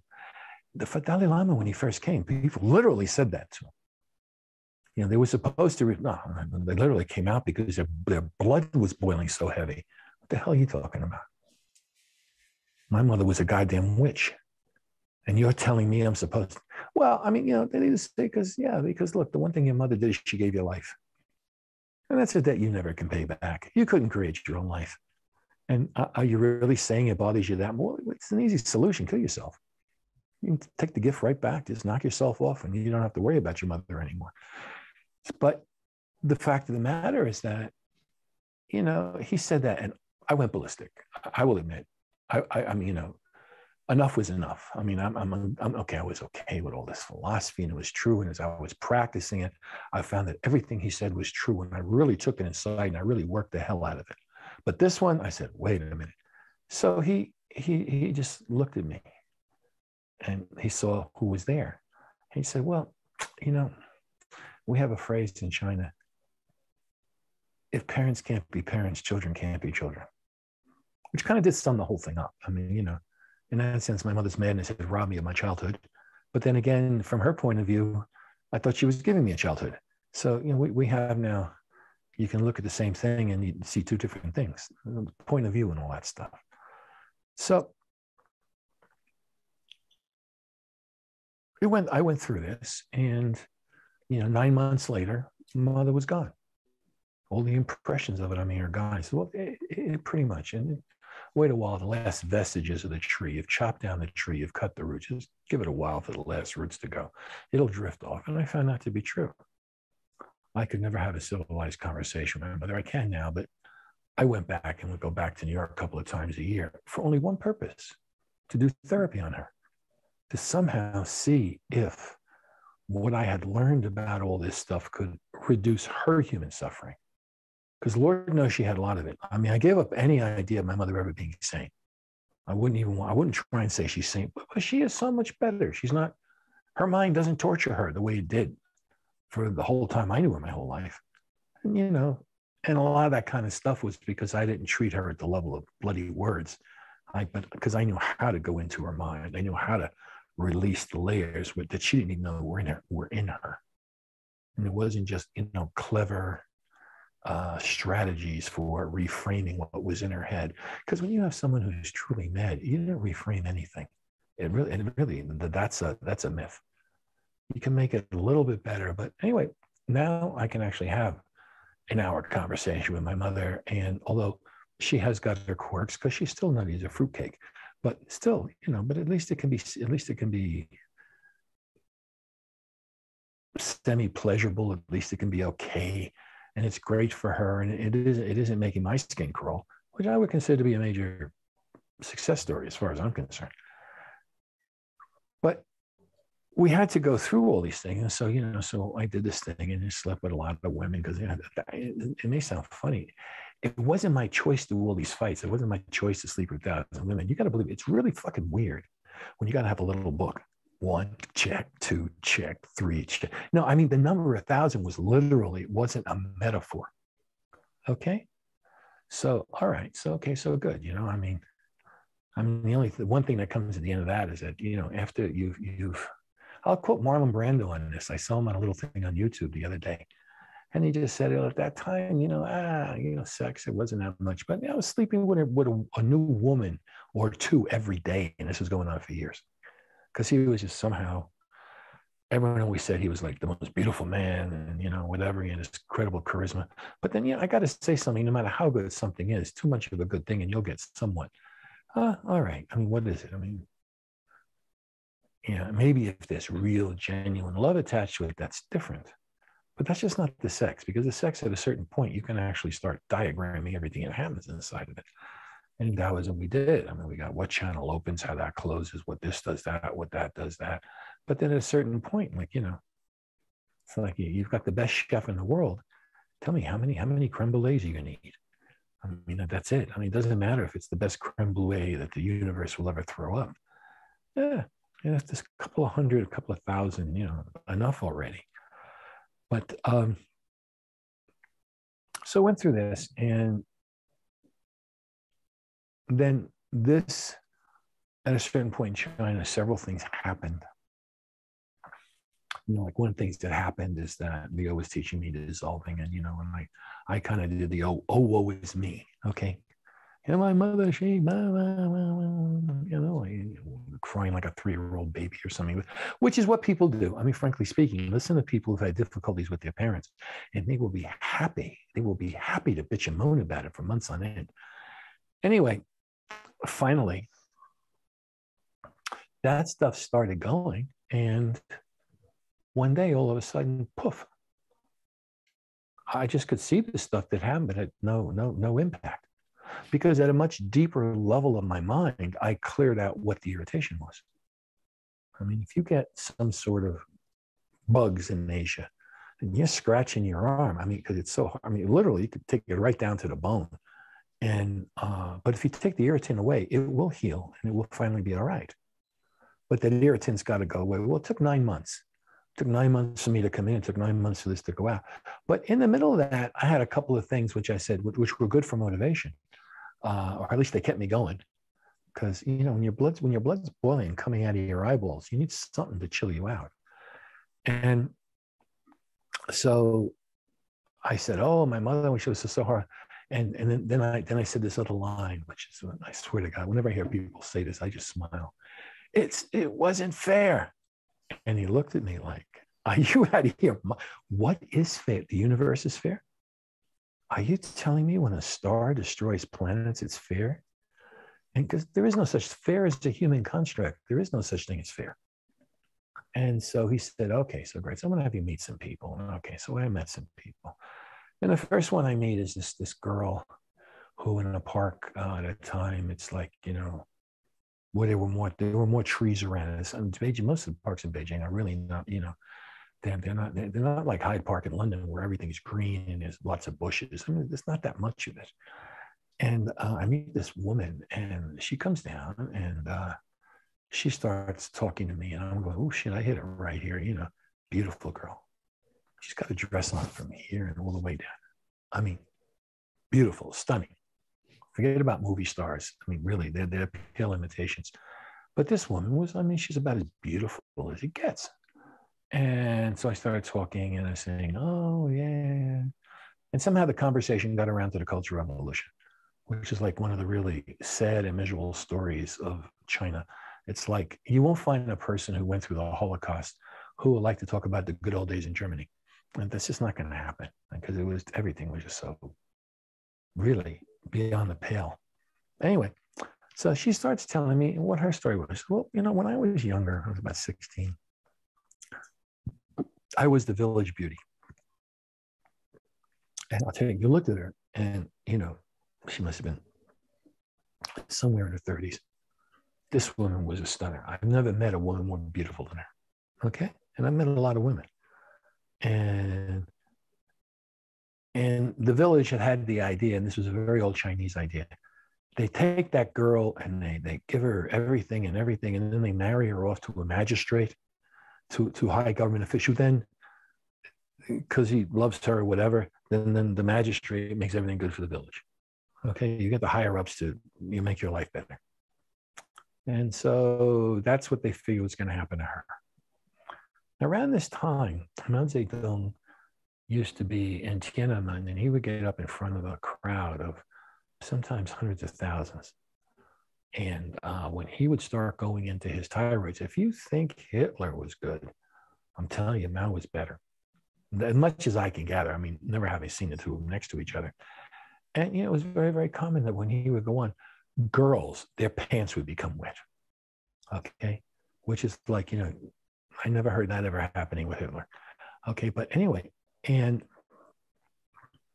he would then also tell the guys about how they should go and destroy all the old things of the old culture and Confucian, the four olds and this and this and that. And then he'd say, "Go out, my children, and destroy." Okay. And they took him really, it hopped them up. And they were like a person who was, you know, high on meth, who got some funny idea in his head. There was no limit to how far they would go. So anyway, this crowd of these boys arrives in her village. And they're walking around, and, you know, the village doesn't know quite what to make them. But then, you know, they see this girl. And they go, "Whoa, hey, I'll have a piece of that." And they start going, "Hey, honey, you know, you want it. And she goes, she does the demure, you know, modesty and everything. That was something, we're not good enough for you. Next thing you know, this group of boys, they rape her. They tear her clothes off. They rape her. If anybody in the town tries to stop them, you know, basically they pummel them half into the ground to their bloody mess. And then they do that. And then she still goes and she's still giving a little bit of resistance. And so they take her out to the graveyard where all the village people have died.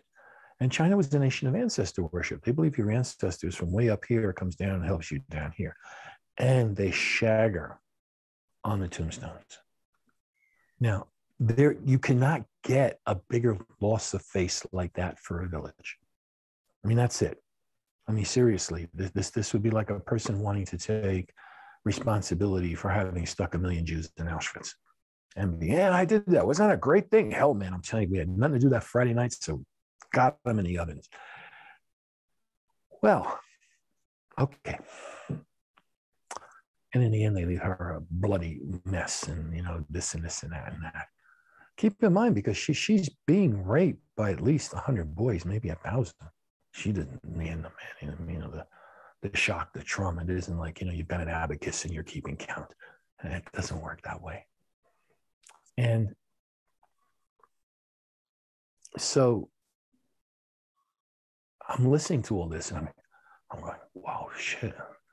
Man, I thought things were bad for me. It wasn't fair. This is like grim. And then all of a sudden I snap. I'm like, wait a minute, this can't be true. Come on, this could not have happened to a human being. And I tell this to her, and she says, well, okay, come here. Follow me. So we go over to the bushes. We go over to the bushes, and she takes her dress off. And on almost every inch of her body are knife cuts, cigarette burns, and you name it. They didn't do anything above the neck for some reason. But I mean, her tits, I mean, I don't understand how they didn't fall off, frankly speaking. I mean, like, this is like grim shit. And then she puts it back on. And she's saying that, you know, well, your teacher is a Taoist immortal. And he asked me to talk to you. Because he just said that, you know, you've got to go, whatever has happened to you, keep in mind in the way that the universe flows, it may not be such a big thing. All right, so that was one. That was kind of like, that had an impression. Okay, let's just put it this way. And so, you know, you should practice. Yeah, you better believe I'll practice.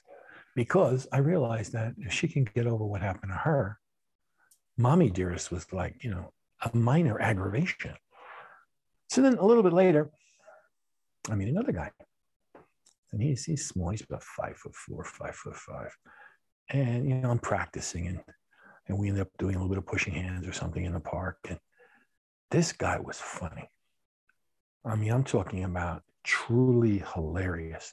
He at times could get me bent over in half and I couldn't control the laughter. He was that funny. I mean, you know, he was like, if you want to say, you know, distilled sweetness and light or essence and light, that guy had it. I've not, you know, I met these Rinpoches, I met these big gurus. None of them had the natural joy and compassion coming out that this guy did. It was like freaky. I mean, I don't have any other word for it. Anyway, so we sit down on the old park bench. Okay, he says, oh, what's your story? And he says, well, you see, I had been a Taoist before the Cultural Revolution. I hadn't got that far in it, but I got the basics. And then the Cultural Revolution happened, and I got sent to the countryside. Now, the camp that we got sent to, they had this thing called reform through labor. It was the whole idea that you take city people and you make them do all the crap, you know, the peasants do, you know, dig the manure, dig this, and this was somehow going to make them realize the suffering and the struggle of the Chinese peasants, and somehow that was going to reform them, therefore reform through labor. Anyway, and so he said they made us start doing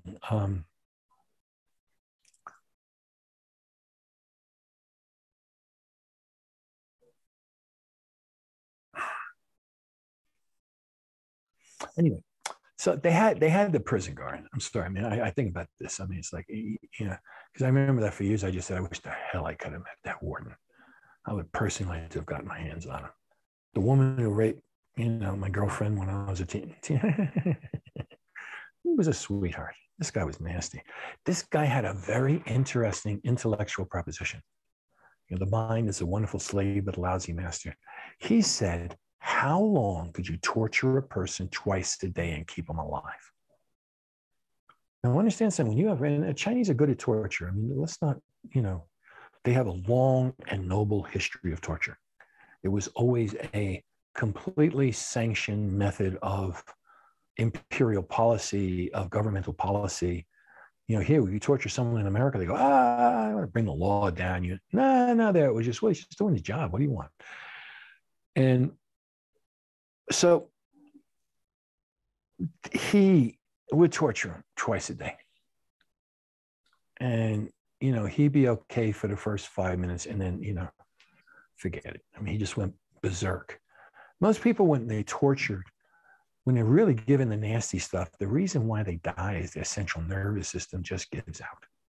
Their nervous system gives out, their brain just goes pop, and they, you know, somehow they hemorrhage in one way or another. Anyway, he's doing this, and he said, what I would do is I just would somehow take it as best I could. Okay. And then when it was over and I got back to my cell, I would just dissolve. That's a primary Taoist meditation technique, is in a dissolving. And I would just dissolve everything that was done to me. And then, so then at least by the time I went the next day, I had less of a buildup to have to overcome. You know, because it's like, if you have this, you have to overcome this. But when this, and this, and this, like you're having to overcome this whole thing at once, which is very hard. And he said, you know, and I went through this, and he went through this twice a day for 5 years. And the only reason why he got off in the end is that there was some other person who was kind of a higher up who was doing a tour of the camps. And he said, what the fuck is this guy doing? This is too much. And so we let him go. Okay. And it took him years to get past this. But he said, you know something? I must admit that when this was happening to me, I thought life was not fair and that the gods had personally had it in for me. But then he said, you know something? At the end, I think it was the best thing that ever happened to me in my life, because in those couple of years, I became enlightened for real, all the way. Because I had to go through everything, and I do mean everything.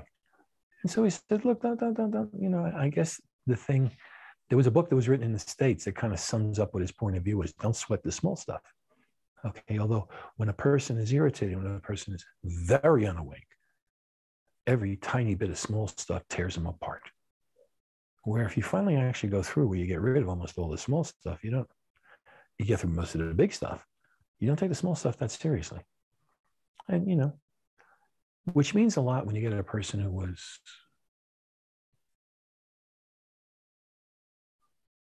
who experienced their life as being exceedingly unfair before the age of 6 or 12. If they don't get past that, that's the rest of their life. They don't have the rest of their life. They don't actually live a life. They just live a constant replay. So anyway, he said that, and I listened to him, and we did a little bit, and he said, you know, and he just said, you know, listen to your teacher. He knows what he's talking about. Okay. It's about where he left it. And I took that serious, because you could tell when he was telling this stuff, this was for real. I mean, the force of it, like, you know, almost like lit up the entire park. And so all this stuff, you know, like the Buddha talked about, Lao Tzu talked about, that, you know, the Tao, this thing that never begins, never ends, never goes on. It's true. And there's this constant continuity that just goes, and it goes through everything. And if you practice Dzogchen, you're going to find the same thing. It isn't like it's a different thing. And I can't state what it was like in Hinduism, because in Hinduism, I didn't go that far. But from everything I could see and what I can remember about my guru and what I can remember about a few other gurus I met, it seems like it probably did. Although you got to realize there is this one thing about it. Spiritual traditions. Religions are worse.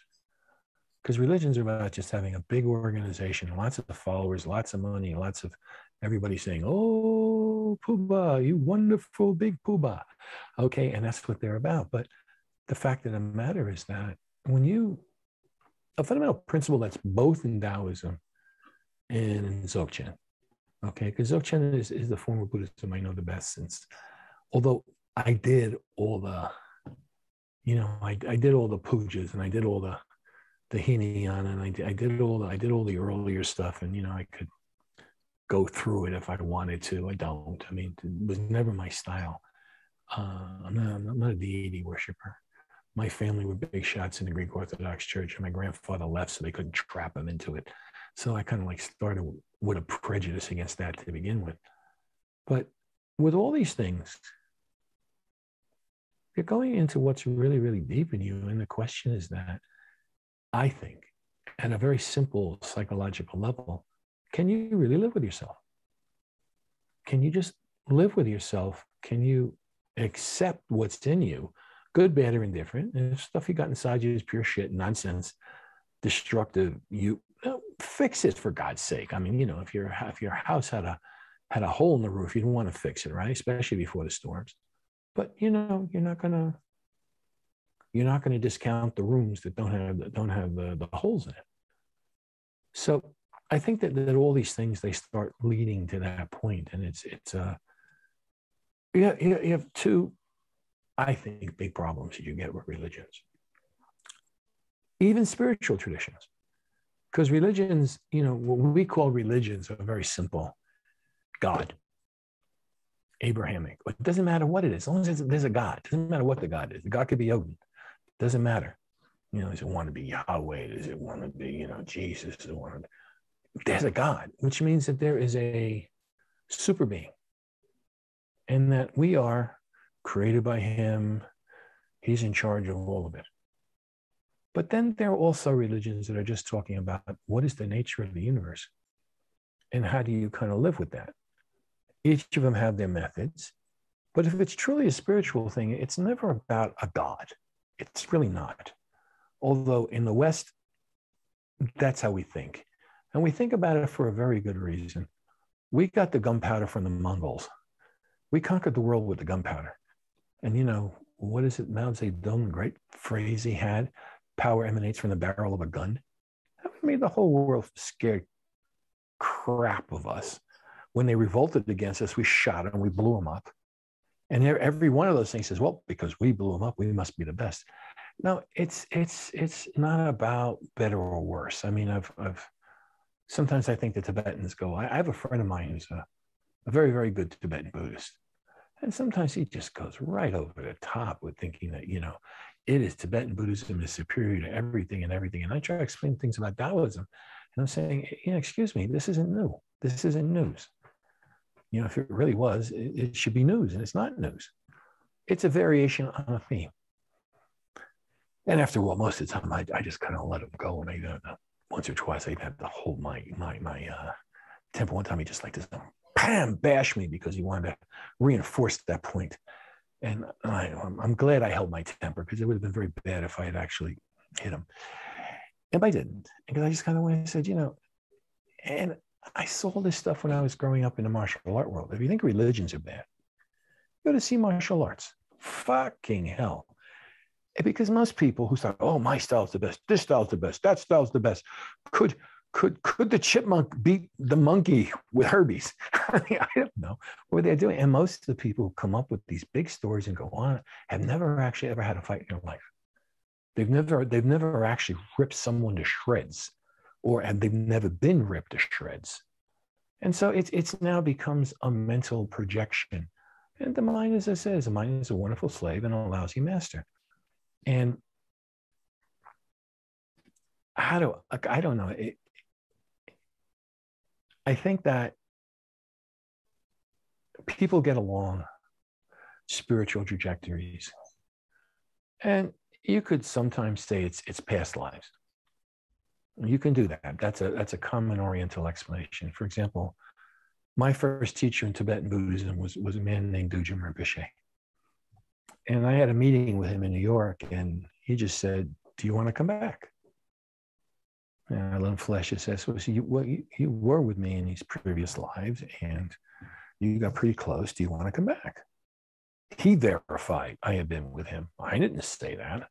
I have the faintest clue. And frankly speaking, how the hell would I know?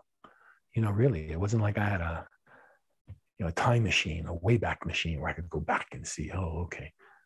But the fact of the matter is that, he said that. Okay, cool. And I said, that's really what. And do you want to know? So I got to go to China and finish the stuff I got to do. My teacher, Leo, said, if you had not had a past life relation, you never could have met me.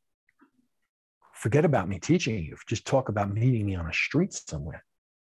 That wouldn't have happened. And if I look back at a lot of things I've done, I could say the reincarnation story would make sense. I'm not saying I believe it because I have no way of absolutely knowing. And I make a big distinction between assuming things or, what do you call it? And facts not in evidence. Well, you can infer it. You can infer from this and this and this and this, A, B, C. Oh, you can infer that. But you see, the trouble is that I'm kind of Western. Inference is not evidence. And it doesn't matter how deep the inference goes. You use that as a form of scientific or logical or whatever. And if you get close to it, but then when you get close to it, you still got to go farther to find it. But still, I did all the things I did in my life because they made sense to me. I was a high stakes poker player when I was in high school.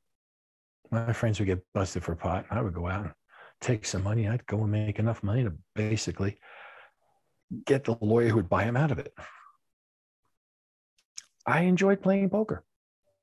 Why did you enjoy playing poker? How the hell do I know? Why do you like eating cherry gumdrops? Why do you like banana ice cream?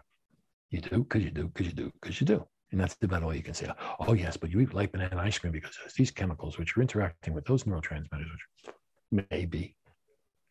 So I think that I always, at least in my, call it, my spiritual meanderings, I never tried to figure out why I did a lot of things. I had a very simple thing. The Chinese in general, the Taoists especially, are not big on why. They're big on how. How do you do it? And if you do the thing the way it's supposed to be done, if it's for real, these things are going to naturally happen. And the whys are going to be self-evident. They're not going to be someone's got to now give you a 50-page book describing why this. You're just going to see it with anybody saying a word. And so that's kind of a different philosophy than, the whole guru thing, because when you have all these things where, the Taoists, what they call immortals, what they call high-level Taoists, they're teachers, but they don't posit them like a Jesus Christ, because you see, for Jesus Christ, you got to have a God. And the Taoists just say, look, there is the universe. And we don't know why in hell's name it came into creation. We can pretty much tell you how it came into creation. But why is assuming what's intelligent design? It's assuming that's some super being. And the Taoists just say, well, look, if there's a super being, I'm not going to say there's not. Show up. I'd like to meet you. If I can meet you, then I can say there's a super being. If I can't meet you, then, is that different than little kids who have imaginary friends? Okay, which is not, and a lot of kids who have imaginary friends, those friends are very real to them. So what your experience is and whatever the reality is are very often difficult to know. But the biggest thing I have seen with all the people who at least I've met, who have my deep respect as spiritual beings, there was something right at the core of them was just very stable, very solid, very real. And you could never quite put your hands on it. Although, when I had many of those same things happen to me, I could recognize it in them. They could recognize it in me. But then if you ask the question, how the hell did you do it? You got me. I don't know. Some things are self-evident and they're not. And I think that when I look at today's world, if I look at America, I've been in America now for a long time. I've been in Europe a lot, but America is where I've been the longest. And it's because of the background of growing up in this culture, I actually can understand some of what's going on here. I think that just a lot of people, I think a lot of Americans are mentally ill. Almost all the major psychological associations and indices verify that. A big chunk of the American population is ill. Now, I have to say that I have sure as hell met a lot of mentally ill people in Europe too, but I don't know enough of them to be able to make that big a generalization. But And it's not that they're, running around with their thumbs up their nose and screaming cuckoo caca or something running through the streets. It's just that their minds are not stable. They're not smooth. They're constantly agitated. Stress is the big disease, and stress is just saying that something inside of you is not at peace with itself in whatever way that happens. And there's a million ways it can happen. But is this I think is also just maybe a symptom of the modern age we're moving into. I'm not. I've watched, and I think about when I personally, I'm just okay. And I think about a lot of the people, quote unquote, masters, and they're just okay. The one thing they all have in common is there's something in them that's either very still or moving very, very, very slowly. And no matter what happens, it doesn't really get disturbed. And I believe that keeps a person's mental equilibrium. And I think that the way modern society is going, we're really messing around with this. Seriously, I mean, I'm not a scientist, but it appears that global warming seems to be for real. Yet we know what we're doing, and we know what's going to make it worse. And we're now beginning to see what happens if it really goes worse, what it could be. And still, people aren't doing what they can do about global warming. They're doing a little bit. So what does it have to be that, the guy's got a gun pointing at you, and you got to wait till he pulls the trigger before you decide to get out of the way? Well, we just get out of the way. I mean, that's all you got to do is take a step to the left or to the right. And we're having this. I mean, there was, and to a certain degree, some of this was impressed upon me when I was a teenager. Two things I used to do to further my intellectual development was just, I used to go up to the bullshit sessions in Columbia and NYU and the colleges in New York, because I looked like I was about 20. I could get in, drink a beer, and even if I didn't know anything about the subject, just listen for a few minutes and kind of get the principle. I could debate with these guys and, and talk about it, quote unquote, saving the world one pint of beer at a time. And I could see, and I could get how that whole flow, but I also saw something else in that. This whole flow of thinking, what's going on has a real tendency to lead to paralysis. And the problems we're having in the world today are being caused a lot by paralysis. We know doing this stuff would make global warming better. Paralyzed. Somebody wants to make more money. Somebody wants to make less money. Somebody wants to make more political capital. Someone wants to make less political capital. You get some people who really care and they make people do it, and then the other people try and figure out how they can make profit off of what those people are doing, rather than just going, hey, excuse me, you want to tell me something, Mr. Giant Corporations? If you're dead, what are you going to spend your money on? I mean, seriously, what are you going to do with it? And yet it isn't, because there is this natural, I make a joke, and I hope I'm just not being pessimistic.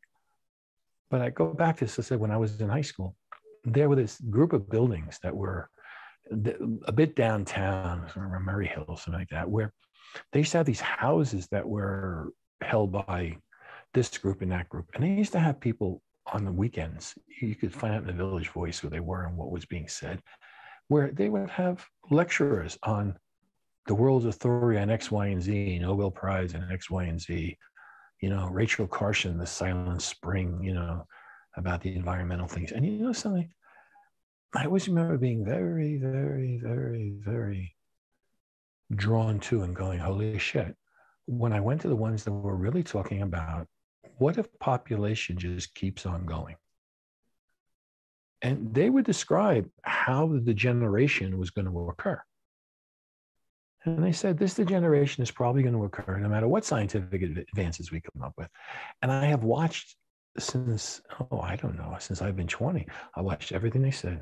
This happened, then that happened, then that happened, then that happened. And they were pretty accurate.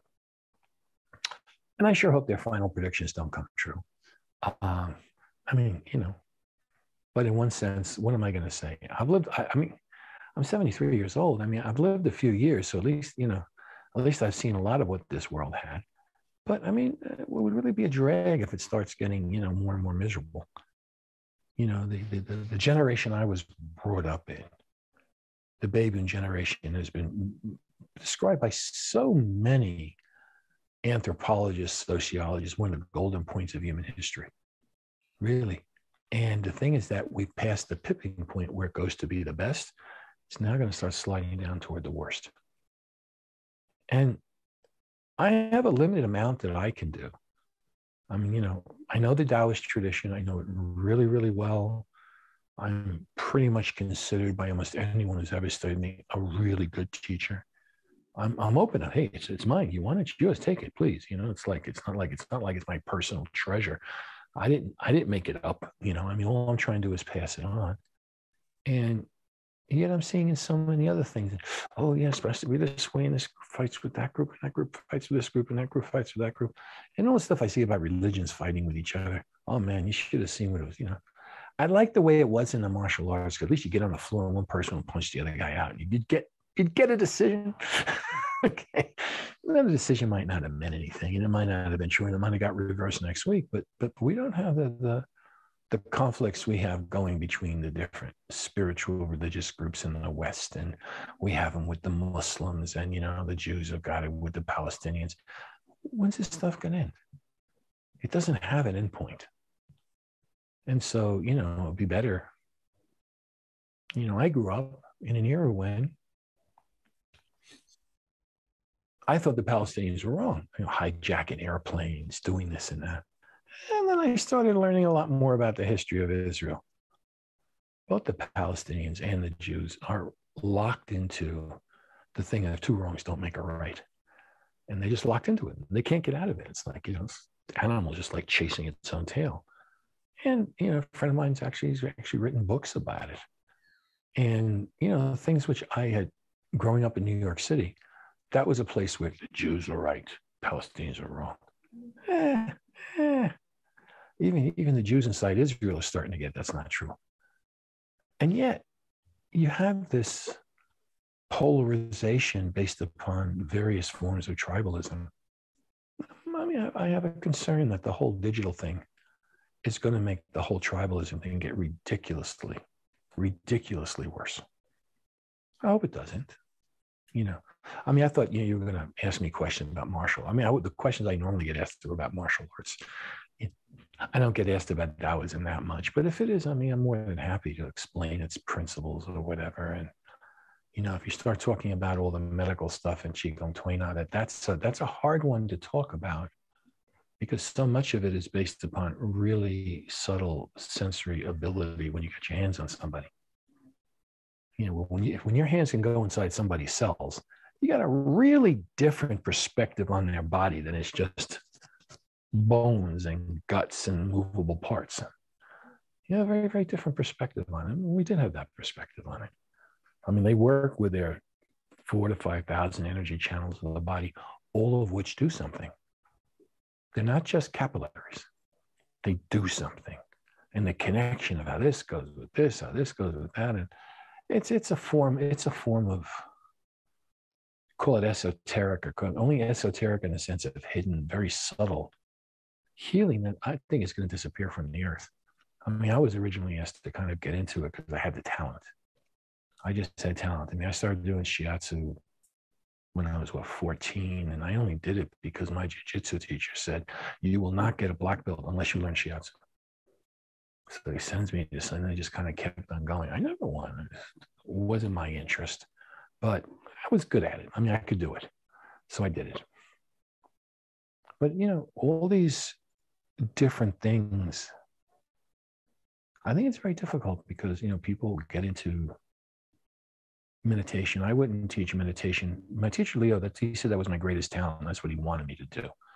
And I would do it when I first came back to the West in 87, because I had been around various and sundry spiritual groups in the West. And a lot of them were filled with nutters. They were filled with people who, frankly speaking, needed to spend some time in a serious psychiatric institution. And their minds and every part of them were a conflict. And rather than just kind of going, okay, I'm fucked up. I would like not to be fucked up. And let's forget all these stories about I want to become enlightened and I want to become a Milarepa and I want to be able to walk on water. But I'm fucked up. I don't want to be fucked up. Now, anybody comes to me like that, I say, okay, so let's see what we can do to unfuck you. That's a reasonable request. But then it all gets, you know, like you got the cake and then you got and then you used to start putting another layer and another layer of icing and to find the cake is up to the ceiling. And you can't remember why you're doing it to begin with. And I think that, you know, as long as you have this human tendency, you're going to get the exploitative gurus. There's no way. I mean, I think that one of the things that is I thought was always impressed me about Taoism, at least, is that they always said that nothing you have is yours. You get to borrow it. It gets to flow through you. You can play around, but it's not yours. It didn't come from you. It's going to leave you when you go, and someone else is going to end up with it, but it's not yours. And so you don't really need to have this giant pride about what you have, what there is, because it's in truth, if you really follow what emptiness is about, it doesn't exist, except that's at the heart of human beings. They want to hold something, grab it. It's mine, it's mine, it's mine, it's mine. I don't know. You know, I think it's nonsense. But it's part of the human learning curve. And like a lot of religions or spiritual paths, this is kind of how I look at it, how Taoists look at it. In Taoism, they say, don't want to be a god. Just be a human being. But a lot of people, they want to be a god. What do I want to pray to? I want to be able to walk on water. I want to be able to fly. I want to be able to go to the ground and make a mountain rise up in the air. I want to be able to become a trillionaire. I want to be able to something. And that's not really what it's about, because you see, that's not what the universe is about. The universe keeps on going, regardless of any input that's thrown into it.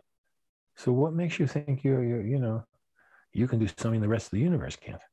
It's a bit of greed, hubris, whatever term you want to use. But a lot of people have at the bottom of them a deep insecurity about something. And as long as they have that insecurity, they're always going to fight, scratch to protect it, to either protect it or try and make like it's the best thing in the world. Okay, I'm insecure because of blah, blah, blah. But you see, actually, that is like the best thing the universe ever could give anybody. Maybe. But just be straight. I mean, if you can live with yourself and be okay with yourself, and you can live with other people if you want to, because not everybody does. As long as you can live with them, what's the difference? Doesn't mean you have to live with everybody. But, you know, if you got a few people you're okay with living with, okay. If you're okay living with, giant, vast numbers. But at what point in all our communication with the web that's around us, if we're trying to hold on to things, how many things can we hold on to before we just can't do it anymore? And this is something that Taoists have always, really, really, really noticed. And that's why they have such a big, solitary tradition. I mean, you've got the Taoists who, they go and live in caves 10, 20, 30, 40, 50 years. And the Buddhists and the Hindus were not the only ones who did this. Okay, I mean, Taoists did it too. And then you've got the Taoists who are like, they're out in the marketplace, they're out in the world. They like the bullshit that goes on in life. And no one who lives a life cannot at some point come up with, God, there's a lot of bullshit going on around here. It's kind of hard to miss it. But even with all that, they're fine with it. And there's some who just want to live a fairly quiet way in the middle. And those are natural personality or quote soul types It's not that they did anything in particular to achieve it. It's just that that's what they're made of. And Taoists just say, well, find out what you're made of and live it. Because that's all you can do with it. You can't put it in a jar and, save it for the winter. It doesn't work that way. So it's a very kind of, Taoism is a very naturalistic kind of religion. And they have their principles. I mean, the Lao's principle of non-competition and softness and all that. I mean, in martial arts, you can really see how it plays out for real. It's not just that, but it's a lot harder to do it in life than it is to do it in a martial art, because it's a lot harder to do something that is across all contexts than something that is zeroed in on just one context. I think that would be true of anything. Anyway, anything else you want to ask me? I'm just blathering on. Well, thank you very much. It's fascinating, actually. Fascinating. I have more questions than we could possibly get through in this one session. We might have to do a sequel. I might have to petition you for a sequel. Where we... It's okay. I mean, look, this is where I sit in the world. Although I am authorized to be a Dzogchen teacher, I'd probably get more students simply because I could say it was Buddhism. Why? People have heard of it. I mean, I guarantee you will sell a lot more chocolate bars than you will Duzalo. Because no one knows what a Duzalo is, then you got to explain the whole thing. What's a Duzalo? And then, a small percentage of people hear, that sounds interesting. Where if you say chocolate, everyone knows what chocolate is, and it's very easy. I think Taoism is one of the unique traditions in the world. I think it's got a very unique way it approaches a lot of things. And being a lineage holder, I'm happy to pass it on because I think it can just help with the confusion, misery, over anxiousness of the modern age that we live in. And I do believe that if we don't work out, I believe the earth is at a tipping point where either we're going to figure things out or we're just going to destroy ourselves, which is not, from a Taoist point of view, is not that big a deal. Look up in the night sky. See how many planets and stars there are up there? Don't worry. If you can't be here, you can be somewhere else. But, this is a nice place, I would have to say. I mean, it's got some good stuff going for it. And I think it's very practical. I think it's very natural. None of it is really based upon you should or you must or you ought to be. As a matter of fact, those words in Taoism are almost like, don't do that. You're just going to get in trouble. That's all that's going to happen. And so I've been teaching, and I've been teaching martial arts and Taoism my entire life. I mean, my first school when I was 14, we had 400 people in a karate school. That's a long time. That's a lot of people. I mean, I had 3 million air miles before I stopped flying around quite as much. That's going to a lot of people. I've contacted a lot of human beings. I'd like to contact more. It's just that now I'm becoming less enamored with traveling. I've just done too many miles. That's all there is to it. I look at someone like the Dalai Lama or, we get Sakya Trinzen. I'm jealous of the bastards that can sit still mostly in one place. Don't have to travel very much. Hey, as far as I'm concerned, that's a damn good deal. Okay? Because you get sick of airplanes. I mean, especially since I've done most of it economy class, not first class or something like that. But, why don't you go there? I teach things straight. If you teach things straight, you don't make as much money than if you do it crooked. That's all there is to it. And I do things straight. I've always been that way. So I don't know. Happy to come. So if you have some questions, go ahead. Just ask if I can think about it. Sure. Well, one question biographically, actually, to round out the biography, would be your studies of Dzogchen. You're known, I think, for your association with teachers like, for instance, Namkhai Norbu or Lama Wangdor, who you studied with for years and was the man who recognized your eligibility to teach Dzogchen. I think there have been some others. You mentioned Dudjom Rinpoche. What about that side? What about that dimension? Well, Dudjom didn't authorize me that. I had not been with him long enough to pull that one off. But so what's your question? I'm sorry. Well, how did you get involved with Namkhai Norbu and Lama Wangdor in this? How did the Dzogchen side of your explorations unfold? Well, okay, Namkhai Norbu.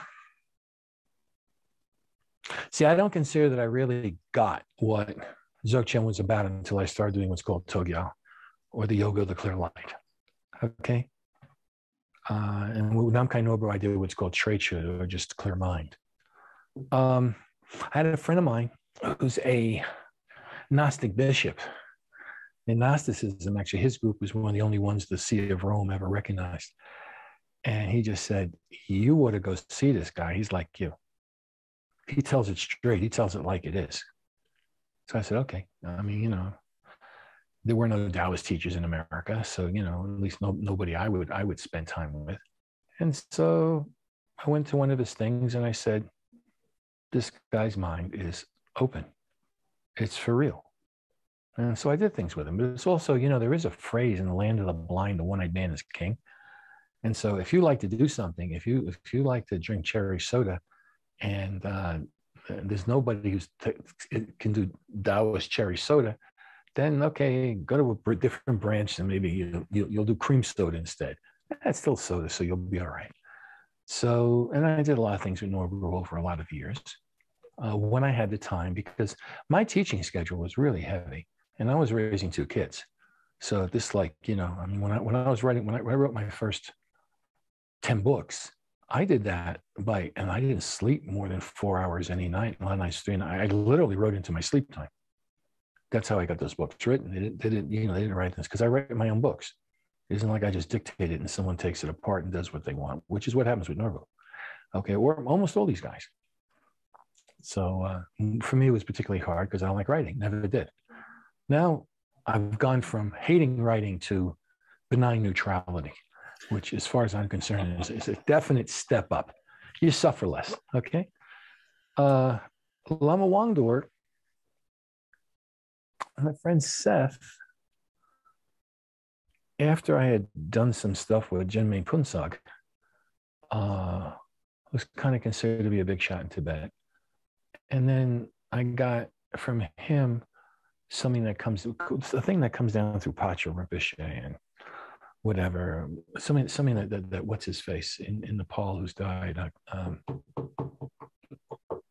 Chachro, that came from that same thing. And I did a thing. And so, he was like kind of going, oh, I said, oh, I want to learn Toga. No, you have to do Nundro. So I did Nundro twice. I did the first time, and Norbu said he had done it twice. So I said, well, what the hell, in for a penny and for a pound. So I did that. But then Lama Wangdor started coming to California, and my friend said, and I went and saw him. And our minds just, that was it. And so every time I would come to California, I would do stuff. Then I went to India to see him a couple of times. And then I asked him if he would teach me Togyao, and he said yes. And then I had 2 trips where I went there where all we did was Togyao. And at the very end of it, he said something, well, yes, I mean, this light, but you can't always be looking at the sun and the moon. But in your regular life, notice what this life is.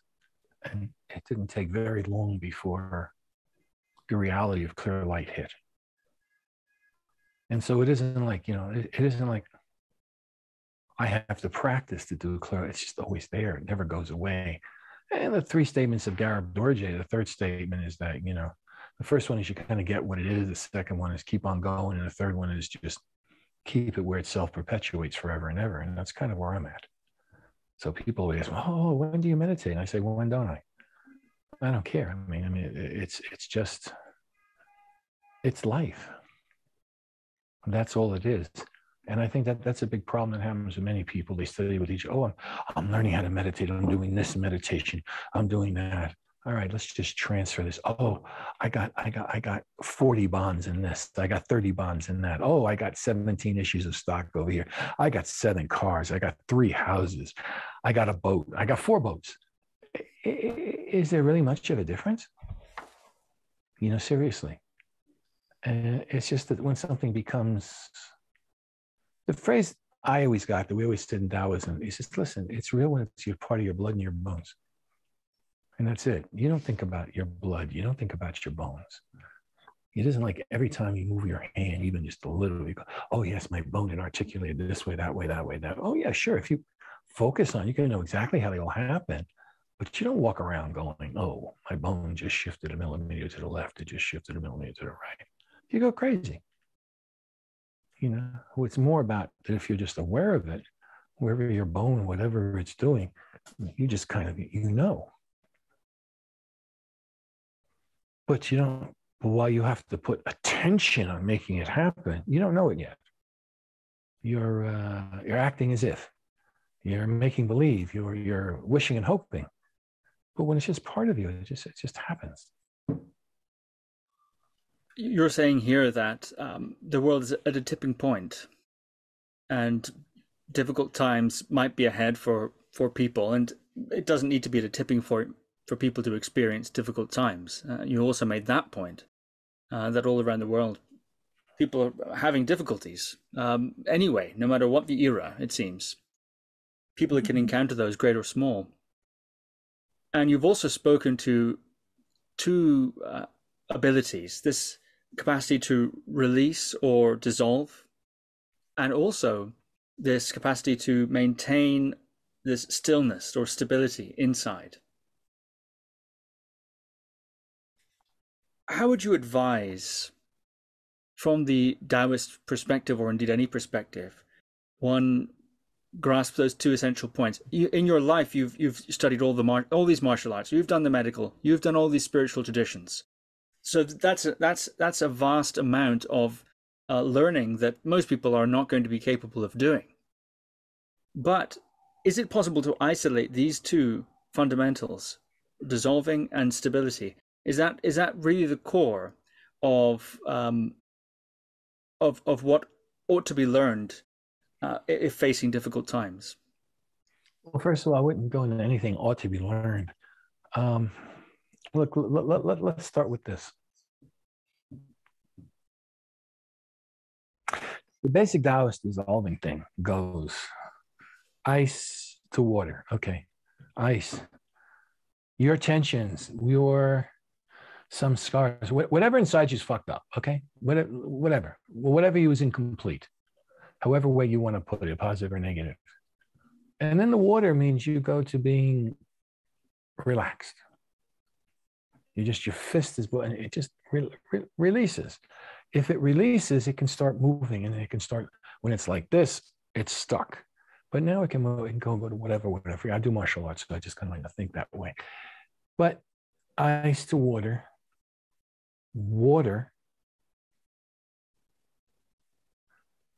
to emptiness. Now, if you go into emptiness, any way you can get in emptiness, I don't care what the tradition is, it's a good thing. Because what's going to happen is that when anybody goes to emptiness,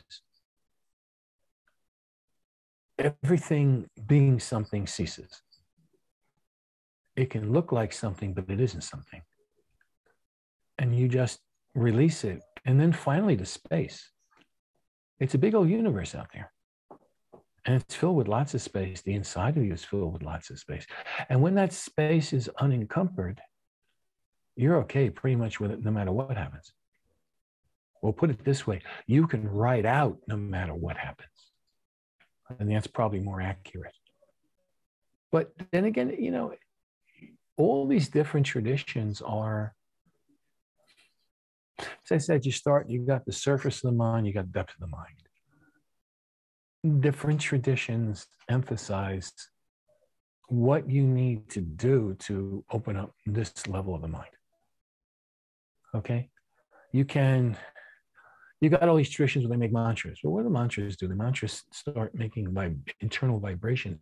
But then when they go silent, the whole universe is filled with vibration, because the nature of emptiness, a quality of emptiness that's with it and never leaves it, is vibration. So you can go from vibration to emptiness. You go from emptiness to vibration.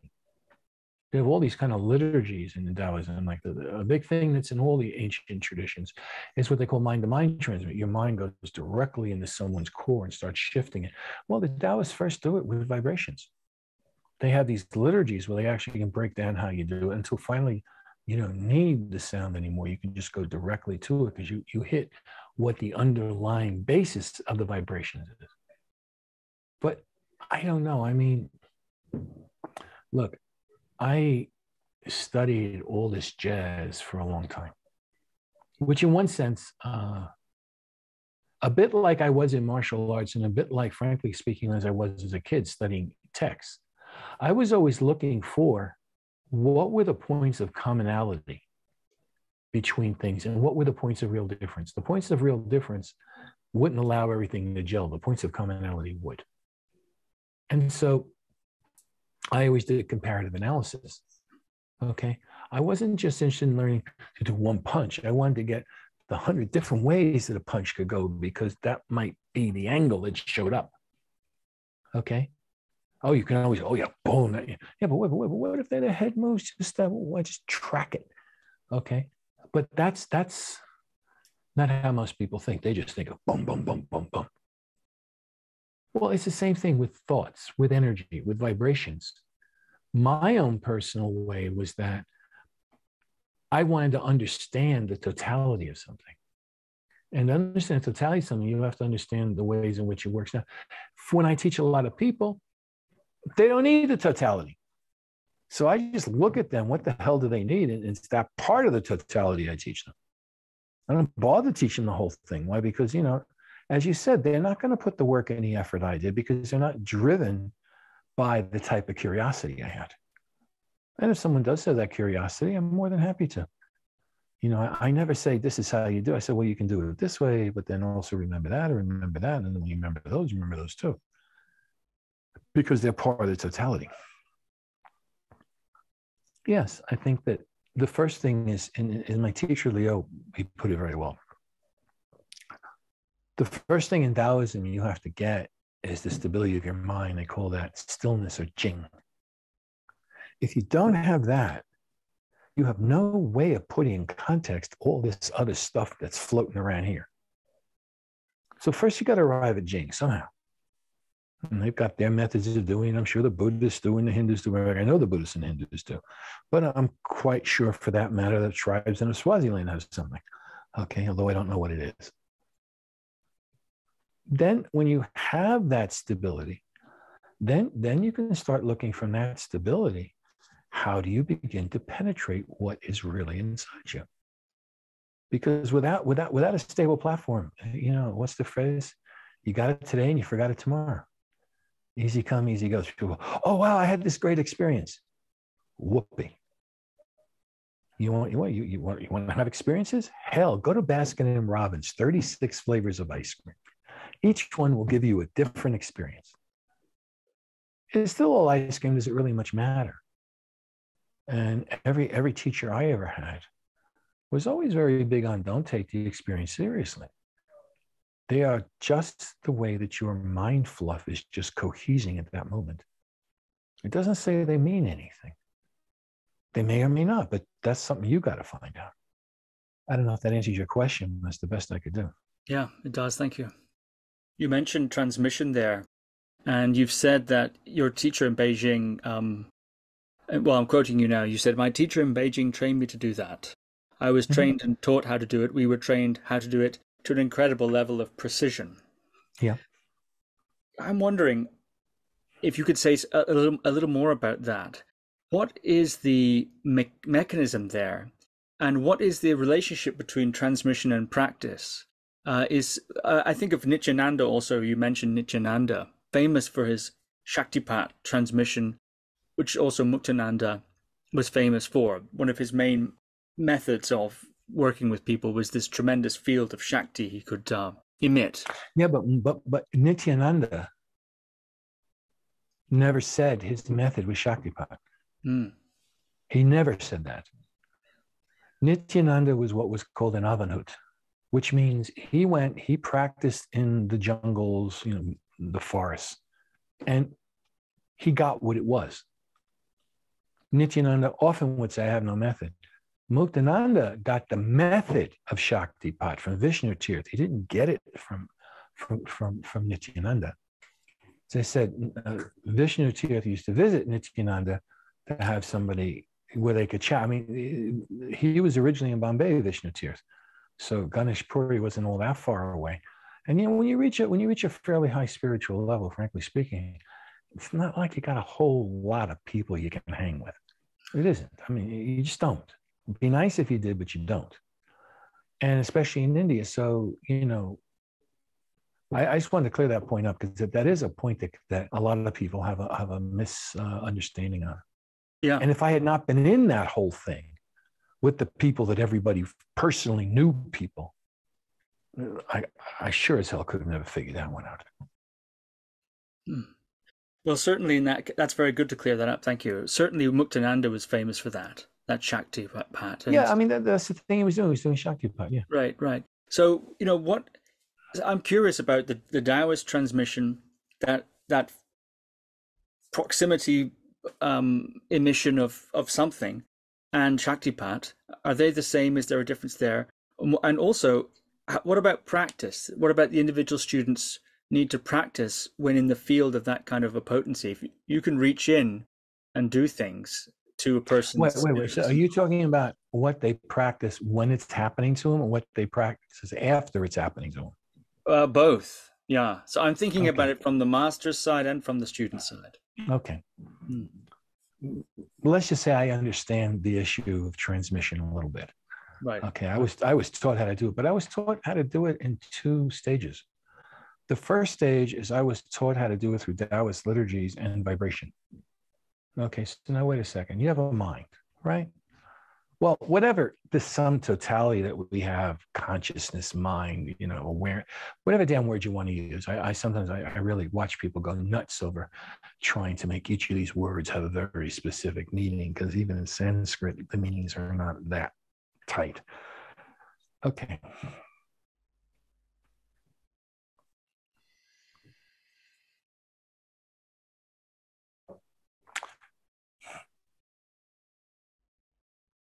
People have what is called simpatico. You're the first person actually asked this question in this way. And what happens with simpatico? Somehow, you and this person, you meld.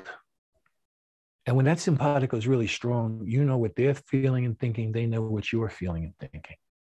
Now, this is a natural event. But what the ancients did is they started saying, well, okay, how does this actually happen? And so they found out some things. There are vibratory frequencies that when this person and that person are on the same one, just like in all our modern scientific goobly-goobs, information just transfers. It doesn't transfer because the person over here is going, I'm going to push this information over here. It's just that when they hit that frequency, it just goes by itself. Now, the next stage of that is that how does a person have enough awareness of what is coming out of them and what's inside of them to actually control at what frequencies it goes out? How do they control when it hits the other person, where it goes inside them, and then how they get that frequency to do something to the frequencies that are inside of them?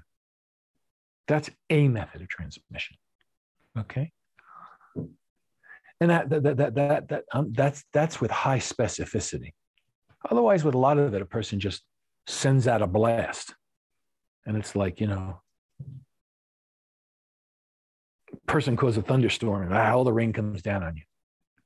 That's transmitting, but it's not specific. And that's where you walk away from it. Oh, wow, they were amazing. Oh, wow, they were powerful. Oh, wow, I was in that field and I got this insight or that insight. But that's not the same thing as when it goes very specific. It's that you have the question. Someone proposes you do something, and how the hell do you do that? Because you don't have anything in your background that would tell you how to do that. And that person could talk for the next 2,000 years, write 20,000 volumes, have you read all of it, and still you wouldn't know how to do that. But with transmission, you directly get what is being proposed to do. Okay? Now, I use a crude example, which Taoists sometimes use. For them, it's not crude because they don't consider sex crude. They don't consider it good or bad. They just consider the thing that's out there in the world. But okay, so you want to know about this thing called sex. And okay, so now what do? Well, you're a 5-year-old kid. You get a computer and you get on the internet and you see 1,000 videos on how to poke what inside poke and press what and do what and do what and do what. But still, when it comes time to having sex, you don't really still know how to do it. You just kind of fumble around. Or you can get something to where you get a good courtesan who takes you through it, and they actually show you what to do, not by talking to you, but by actually through the feelings that they are generating inside you. All of a sudden, it's obvious how to do it. Okay? So you take food. You can see. But if you get food in your mouth and you actually can taste the food, it starts becoming very obvious how to move your mouth to suck the flavor out of that food. It doesn't have to be, there's a million ways it can be done, but you'll figure out a couple that'll work for you. So you have that. That is where it's done through vibration. That is where where it's doing, let's say, with some of these mantras. Okay, so someone goes here, what's the classic Hindu one? Om Namah Shivaya. We're going Om Namah Shivaya, Om Namah Shivaya, Om Namah Shivaya. Charlie had a little horse. His horse was made of snow. It's the same thing. Om Namah Shivaya. And things start vibrating and doing this inside you. That's because something of that went inside you and started activating what was inside you. And the next question is, do you have enough to make it activate what's inside you to specifically affect you or specifically transfer what from this thing you need inside you? And then when it goes farther, it's done silently. And silent transmissions are the most difficult, but yet they're exponentially more powerful. And that's why people just want to sit in front of a guru and they go, I'm high as a kite, I'm in love with them or whatever it happens to be. You're not in love with them. It's that energy that's coming out and the way it's affecting the inside of your mind, your channels that you're getting the buzz off of. But that very often then just can become a buzz. And if you get a buzz, it's like snow landing on a car in the winter. First wind comes, blows off. But then there also is how it's done so it penetrates. And so then the next question is, well, how deep inside your mind is it penetrating? And that's a whole art about how to penetrate the mind and what to do when you reach a certain level, how to get it to start activating what is dormant in there. Because there's no such thing in human consciousness of anything not being there. Everything's in your consciousness. That's a different matter if it's dormant or it's active. So, I was taught how to do these things. And when I was in the Taoist priesthood, I was taught how to do it with vibration. With Leo, I was taught to do it silently and with vibration. But to transmission, the one thing that's absolutely critical is that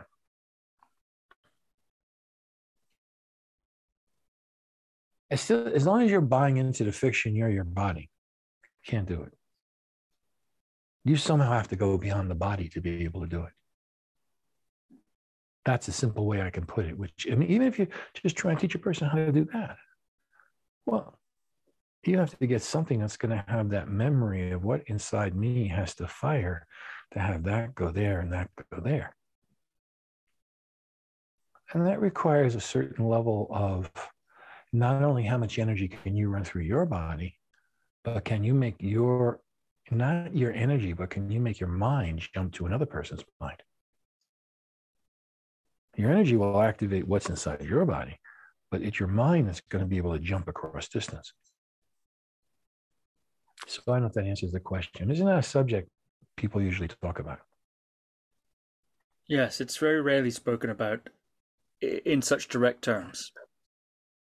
Yeah. It seems some people from the receptivity end have a set point. Very open, but to everything. Or quite closed, but to everything. Or somewhere in between. Very few people, it seems, are able to open up or close themselves down, if you want, at will, or depending on what what's in front of them or around them. This seems to be discernment, I suppose I'm talking about, in terms of receptivity of these sorts of things. It seems to be this transmission a neutral skill, one which can transmit good things or maybe can be used in a more manipulative context. Hard to say. Well, no, look, anything. Let's just be very straight about this. One of the reasons why mind-to-mind transmission is not casually taught is because of its potential fear of Bruce. Okay? And some people just inadvertently wander into how to do mind-to-mind transmission, but then they start using it to control people and again do X, Y, and Z. And very often that stuff leads to really bad consequences. We had, for example, a guy in America, his name was Jim Jones, and he got people, and again, he's getting everyone all whipped up and they're all taking, poison. Wait a second. He had taken away the people's freedom to decide what they were going to do with it. But if you just start throwing, it's like you don't give a little kid a loaded gun. Transmission is the same sort of things. And usually before anybody in the Far East anyway is taught transmission, generally, at least with responsible teachers, they're really vetted as to whether they're a straight shooter or not. And then you have another, and I don't know shit about Okinawa. I really don't. I mean, I went up to his place in New York once and I just went, okay, that's nice. But, I was with someone who, in my opinion, was just a lot stronger, because he was Vishnu Tir's direct student. But I would watch where people would get really high off the experiences.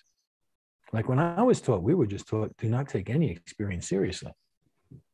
Just don't. They're not real at the end of the day. Although at a sensory level, they're fucking mind-blowing. They're shocking. Because this is not the way a normal body acts. But guess what? It can. It's got nerves. It's got fluids. As long as you got those two things, you can make all these things happen. But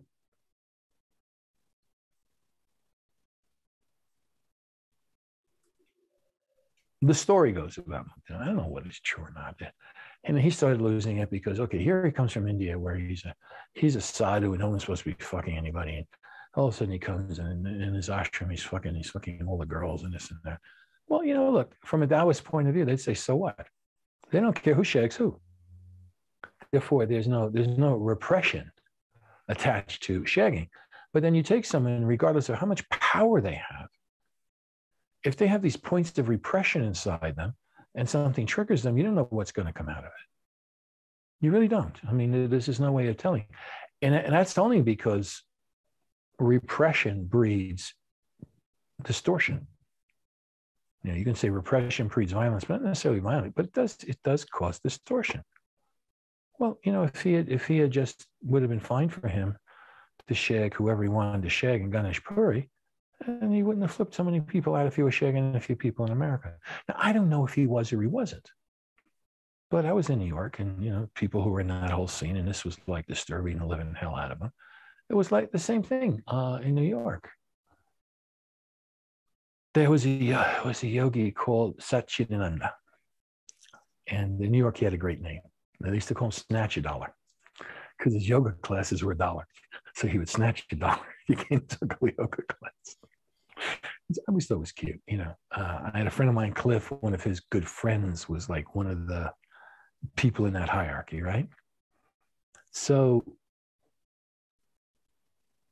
Satch was saying how they should be brahmacharyas, they should be celibates and everything. And then they find out in his ashram, which I think was in Connecticut, but it was somewhere outside of New York. I think it was Connecticut. I'm just not sure. It's a long time ago.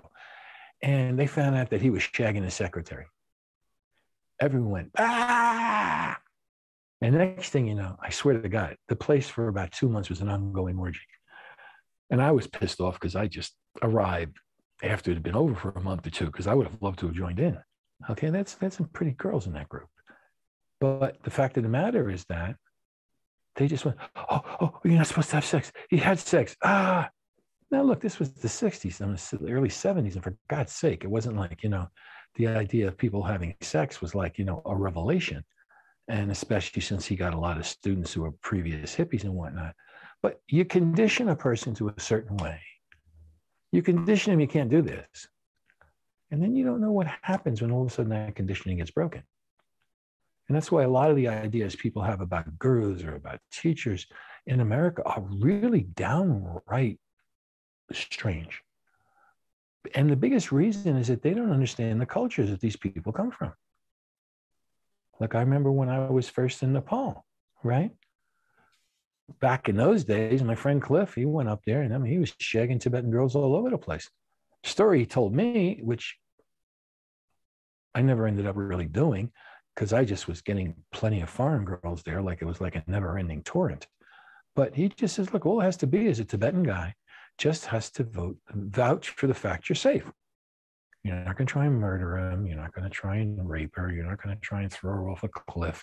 You're not going to feed it to your dog. I mean, whatever it happens to be. And then, okay, sure. Because they did it. And especially if it was done by someone who they liked and respected, all they wanted to know is this person was okay. They weren't looking for him to be my soulmate, my person I always, no, they were fine with the idea of sex. And, if it was okay, it was okay. And if it wasn't okay, it wasn't okay. If it wasn't, they tell you to go find the next person. But over here, we would believe, oh no, these Tibetan girls, they would never shag a foreigner. They would never shag. They had to be married and have 17 bowls of incense in front of them and whatnot. And it was horseshit. It didn't conform to what the actual cultural norms of the place were. Okay. I mean, my attitude was just, so what? In 1982, you had a car accident. We won't go into that now, but it was very severe indeed. And there's something related to what we're talking about that makes me bring that up. After the accident, your spine was very severely damaged. It took you some years, actually, to recover from that, which you achieved through a combination of Tai Chi styles and other means, and eventually recovered fully, remarkably, actually. But something related to what we're saying here, beyond the physical, you said, I went through a couple of years of not just mental, not just emotional, but psychic turmoil. And I opened up the doors of karma full flush, no filters, took it full bore on. Fighting a human being is one thing, but fighting that, oh boy, that's a quote. And you're making a distinction there between not just mental, not just emotional, psychic, and then also karma. And so you've talked about the traumas that you've experienced, the shocks you've had. You talked about the volcano your mother left in you. You talked about being frozen at times. You've referred to that, and you've talked about how one of the things you had to do with Liu Hung Cheh, your teacher in Beijing, was to release those through these Taoist methods. What's the distinction between mental, emotional, and psychic and karmic in this way? And is it fundamentally the same process for each of these layers? Are they different categories of trauma? Am I asking a vast question, it seems? You're asking a really vast question. Okay. It's very good. Okay. Well, so here, let me just take this, right? Mental and emotional pain, trauma can be understood, maybe not the subtleties of it, but at least the big gross ideas, right? You have your relationships and your experiences on this earth. Yes?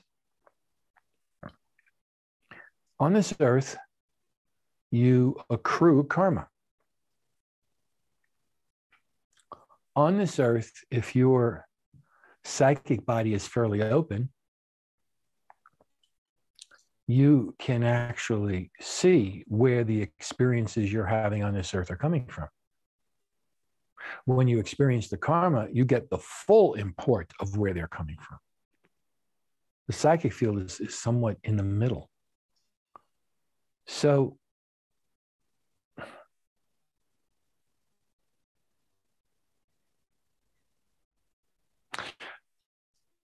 I would have no trouble with saying that in past lives, I have broken people's backs, I've snapped their necks. I mean, I've gotten pretty close to it in this life. But tell me something. What do you think happened in about 25 stars from here? What do you think has happened to you in previous times, 25 stars from here? Now, that's a distance that your mind cannot fathom, except for having a number and going 10 to the 12th. So what are those things? And what impressions are there? And you have to realize that even though you did something 25 stars from here, there's a connection in both directions. Something 25 stars from here is a connection with you. And to release everything between these two to where they're clean, that's where you start talking about psychic pain. And psychic pain is way worse than physical pain. It's way worse than emotional pain. It's the best way I can put it. But most people don't even realize that they have that kind of pain inside them till something triggers it and they can't avoid it. Now, what happened with my back being broken? I mean, I said for years, and I said it was the best thing ever happened to me. No, not all the physical pain, but that the way in which it completely ripped open my psychic field. So it was a lot of pain involved. But then, and this is a very fundamental concept that's in Taoism, and I just found to be true from my own experience from a lot of ways.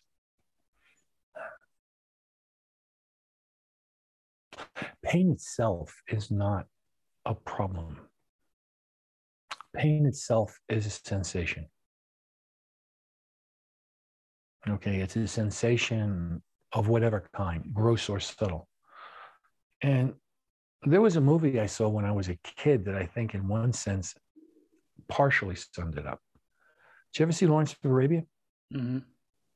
Yep. At one point he does a candle and he puts his hand on it. Chris, doesn't that hurt? And he said, it's not minding that it hurts. And it's not minding, it's accepting that it hurts. Until in that acceptance, when you go far enough, it dissipates of its own accord. And I had to go through that with a lot of things. I mean, I always liked sex, and I got to tell you something, one of the things that was really miserable about that time period is that you're having a good shag. And I mean, this is a good shag. I mean, because there are bad shags and there are good shags. And in the middle of it, next thing you know, well, this pain starts arising and you're crying and you're going through anguish. The more pleasure that's coming from the shag is equally balanced by the amount of anguish that's coming up on the other side. You're not creating this. You're just being a witness to it. It's not that much fun being a witness to it, but it was at the end of that all of a sudden you let go of whatever that thing that was holding it together was. You never quite know exactly how you let it go, but you do let it go. So, I mean, it's one man's story. I mean, I wouldn't have people get too excited about this. When I was growing up in New York City, there was a TV show. I think it was with Jack Webb. It was called The Naked City. And the whole thing started. In New York City, there are 8 million stories, and this is one of them. All right, you got your story. So the fuck what? That's all it is. I mean, it's just this series of events happen to happen to you. Of course, people, they want to make an identity, and that's who I am, blah, blah, blah, blah, blah, blah, blah, blah, blah, blah. And you can, as long as you're willing to live with the shit that goes with it forever and ever. If you're not willing to, you just have to go, well, this happened. And ants walk across the floor. Little kids eat ice cream. Snowflakes drop in the Arctic. And is it really anything more than that?